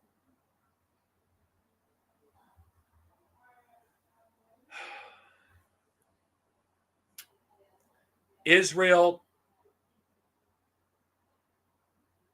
and its allies are getting desperate. They know they've lost, and they're just doing whatever they can to stave off the inevitable as long as possible. they have to resort to censorship. They have to resort to writing like laws to make it illegal to stand in solidarity with Palestinians. They have to resort in any way imaginable, using the power of the state in order to control the narrative. And even then, that's not going to work. Because humans don't like injustice. We don't like to see or hear about children being fucking bombed. Hear about, like, just kids. It's just impossible not to get angry when you hear about kids just getting fucking murdered. And I'm just gonna say this: I don't give a fuck about the people that died in October 7th. I don't give a fuck. I sound heartless. I don't care. If I sound heartless by saying I don't give a fuck. How many more people have Israelis murdered since October 7th than the Israelis that died? How many have fucking died? Over 20,000 children, well, not children, people have died in total, most of them being children. They leveled most of Gaza to the fucking ground. They boast about murdering people, treating it like it's some sort of sport. Why the fuck should I give a shit about these people? I'm sorry if I come off as heartless. I don't care. These spoiled fucking children, that's what I call Israelis, they act like a bunch of spoiled little brats. Fuck them. Why should I have any sympathy for them? Why should I have any empathy for them? Where's their empathy towards the fucking Palestinians? They're a bunch of bullies that have bullied fucking people for fucking decades. Is it tragic that children died who are Israeli? Yes, but whose fault is it that they died? Is it the oppressed in Palestine, or is it the fucking people that their parents that brought them there to begin with? If they give a fuck about their own children, they wouldn't be taking them to Palestine to begin with. They'd be going back where they came from and keeping their children there and raising them there, not taking them to what was essentially a fucking prison. They're all fucking prison guards. That's all what they fucking are. And if your children are dead because of you, you're at fucking fault to begin with. I'm sorry. No amount of fucking things that you're going to push in your propaganda is going to make me feel bad for you or your children, for that matter. When you see fucking dead babies, when you see children who are just clinging to life because they had to be taken out of their incubators, the inhumanity, the humanity of these children don't matter to these Zionists. So I'm going to treat them with the same way they look at Palestinians. Settlers, to me, I don't give a fuck about them. They should not have brought their fucking children to begin with. They don't want their children to be kidnapped. They don't want their children to be bombed. They don't want their children to be murdered. Then they should fucking get the fuck out and go home.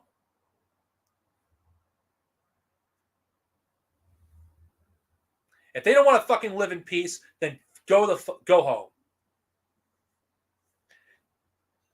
I will not be gaslighted into feeling bad for Israelis. I fucking don't. I refuse. I don't care if it's heartless. I don't fucking care. Seeing dead children, it's too much. And knowing the same people who are not too far where Gaza is are celebrating, treating it as a game, laughing, gleefully celebrating. No, I don't care. And the whole reason they're rising up against their government to begin with, or against their government, is because of Benjamin Netanyahu, it's because of their interest. And yes, there are good Israelis as people that do exist in Israel who don't support the state. But you know, how much of the population are exactly like that? And there's those who've had their families taken hostage. But I have to be steadfast because I'm just so sick and tired of being gaslighted into feeling sorry for the aggressors. I don't feel sorry for them. I refuse to feel sorry for them. They should learn to have some humanity for the people that they fucking kill, the people that they oppress, the people that they bully. They have no respect for the holy land that they walk on. They don't know the history. They have no appreciation for it. They have no respect for ancient grave sites. They fucking loot them, destroy them, desecrate them. They have no respect for ancient fucking churches that existed for thousands of years. How much history has been destroyed in fucking Gaza because of these fucking fascist thugs? How many of historical sites, how much history has been destroyed? Future generations will not be able to see or even walk in any of these places because of them, even after Israel no longer exists as a country.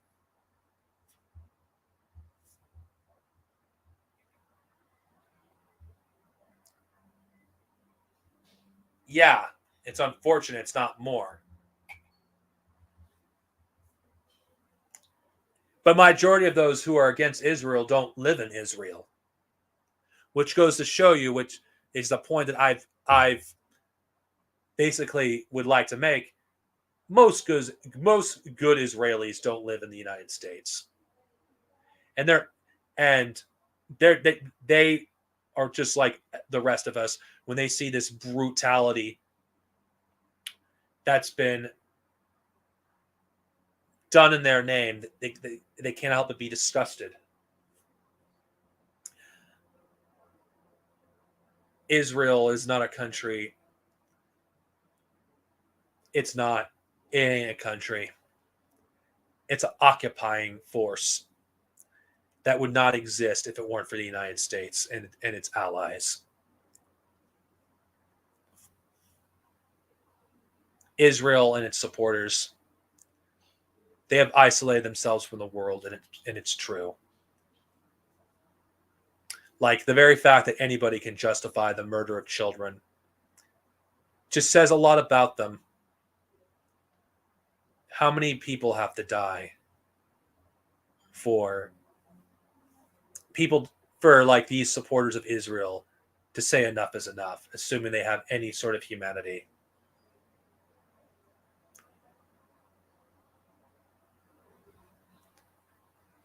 From the river to the sea, Palestine will be free. Merry Christmas, Palestine.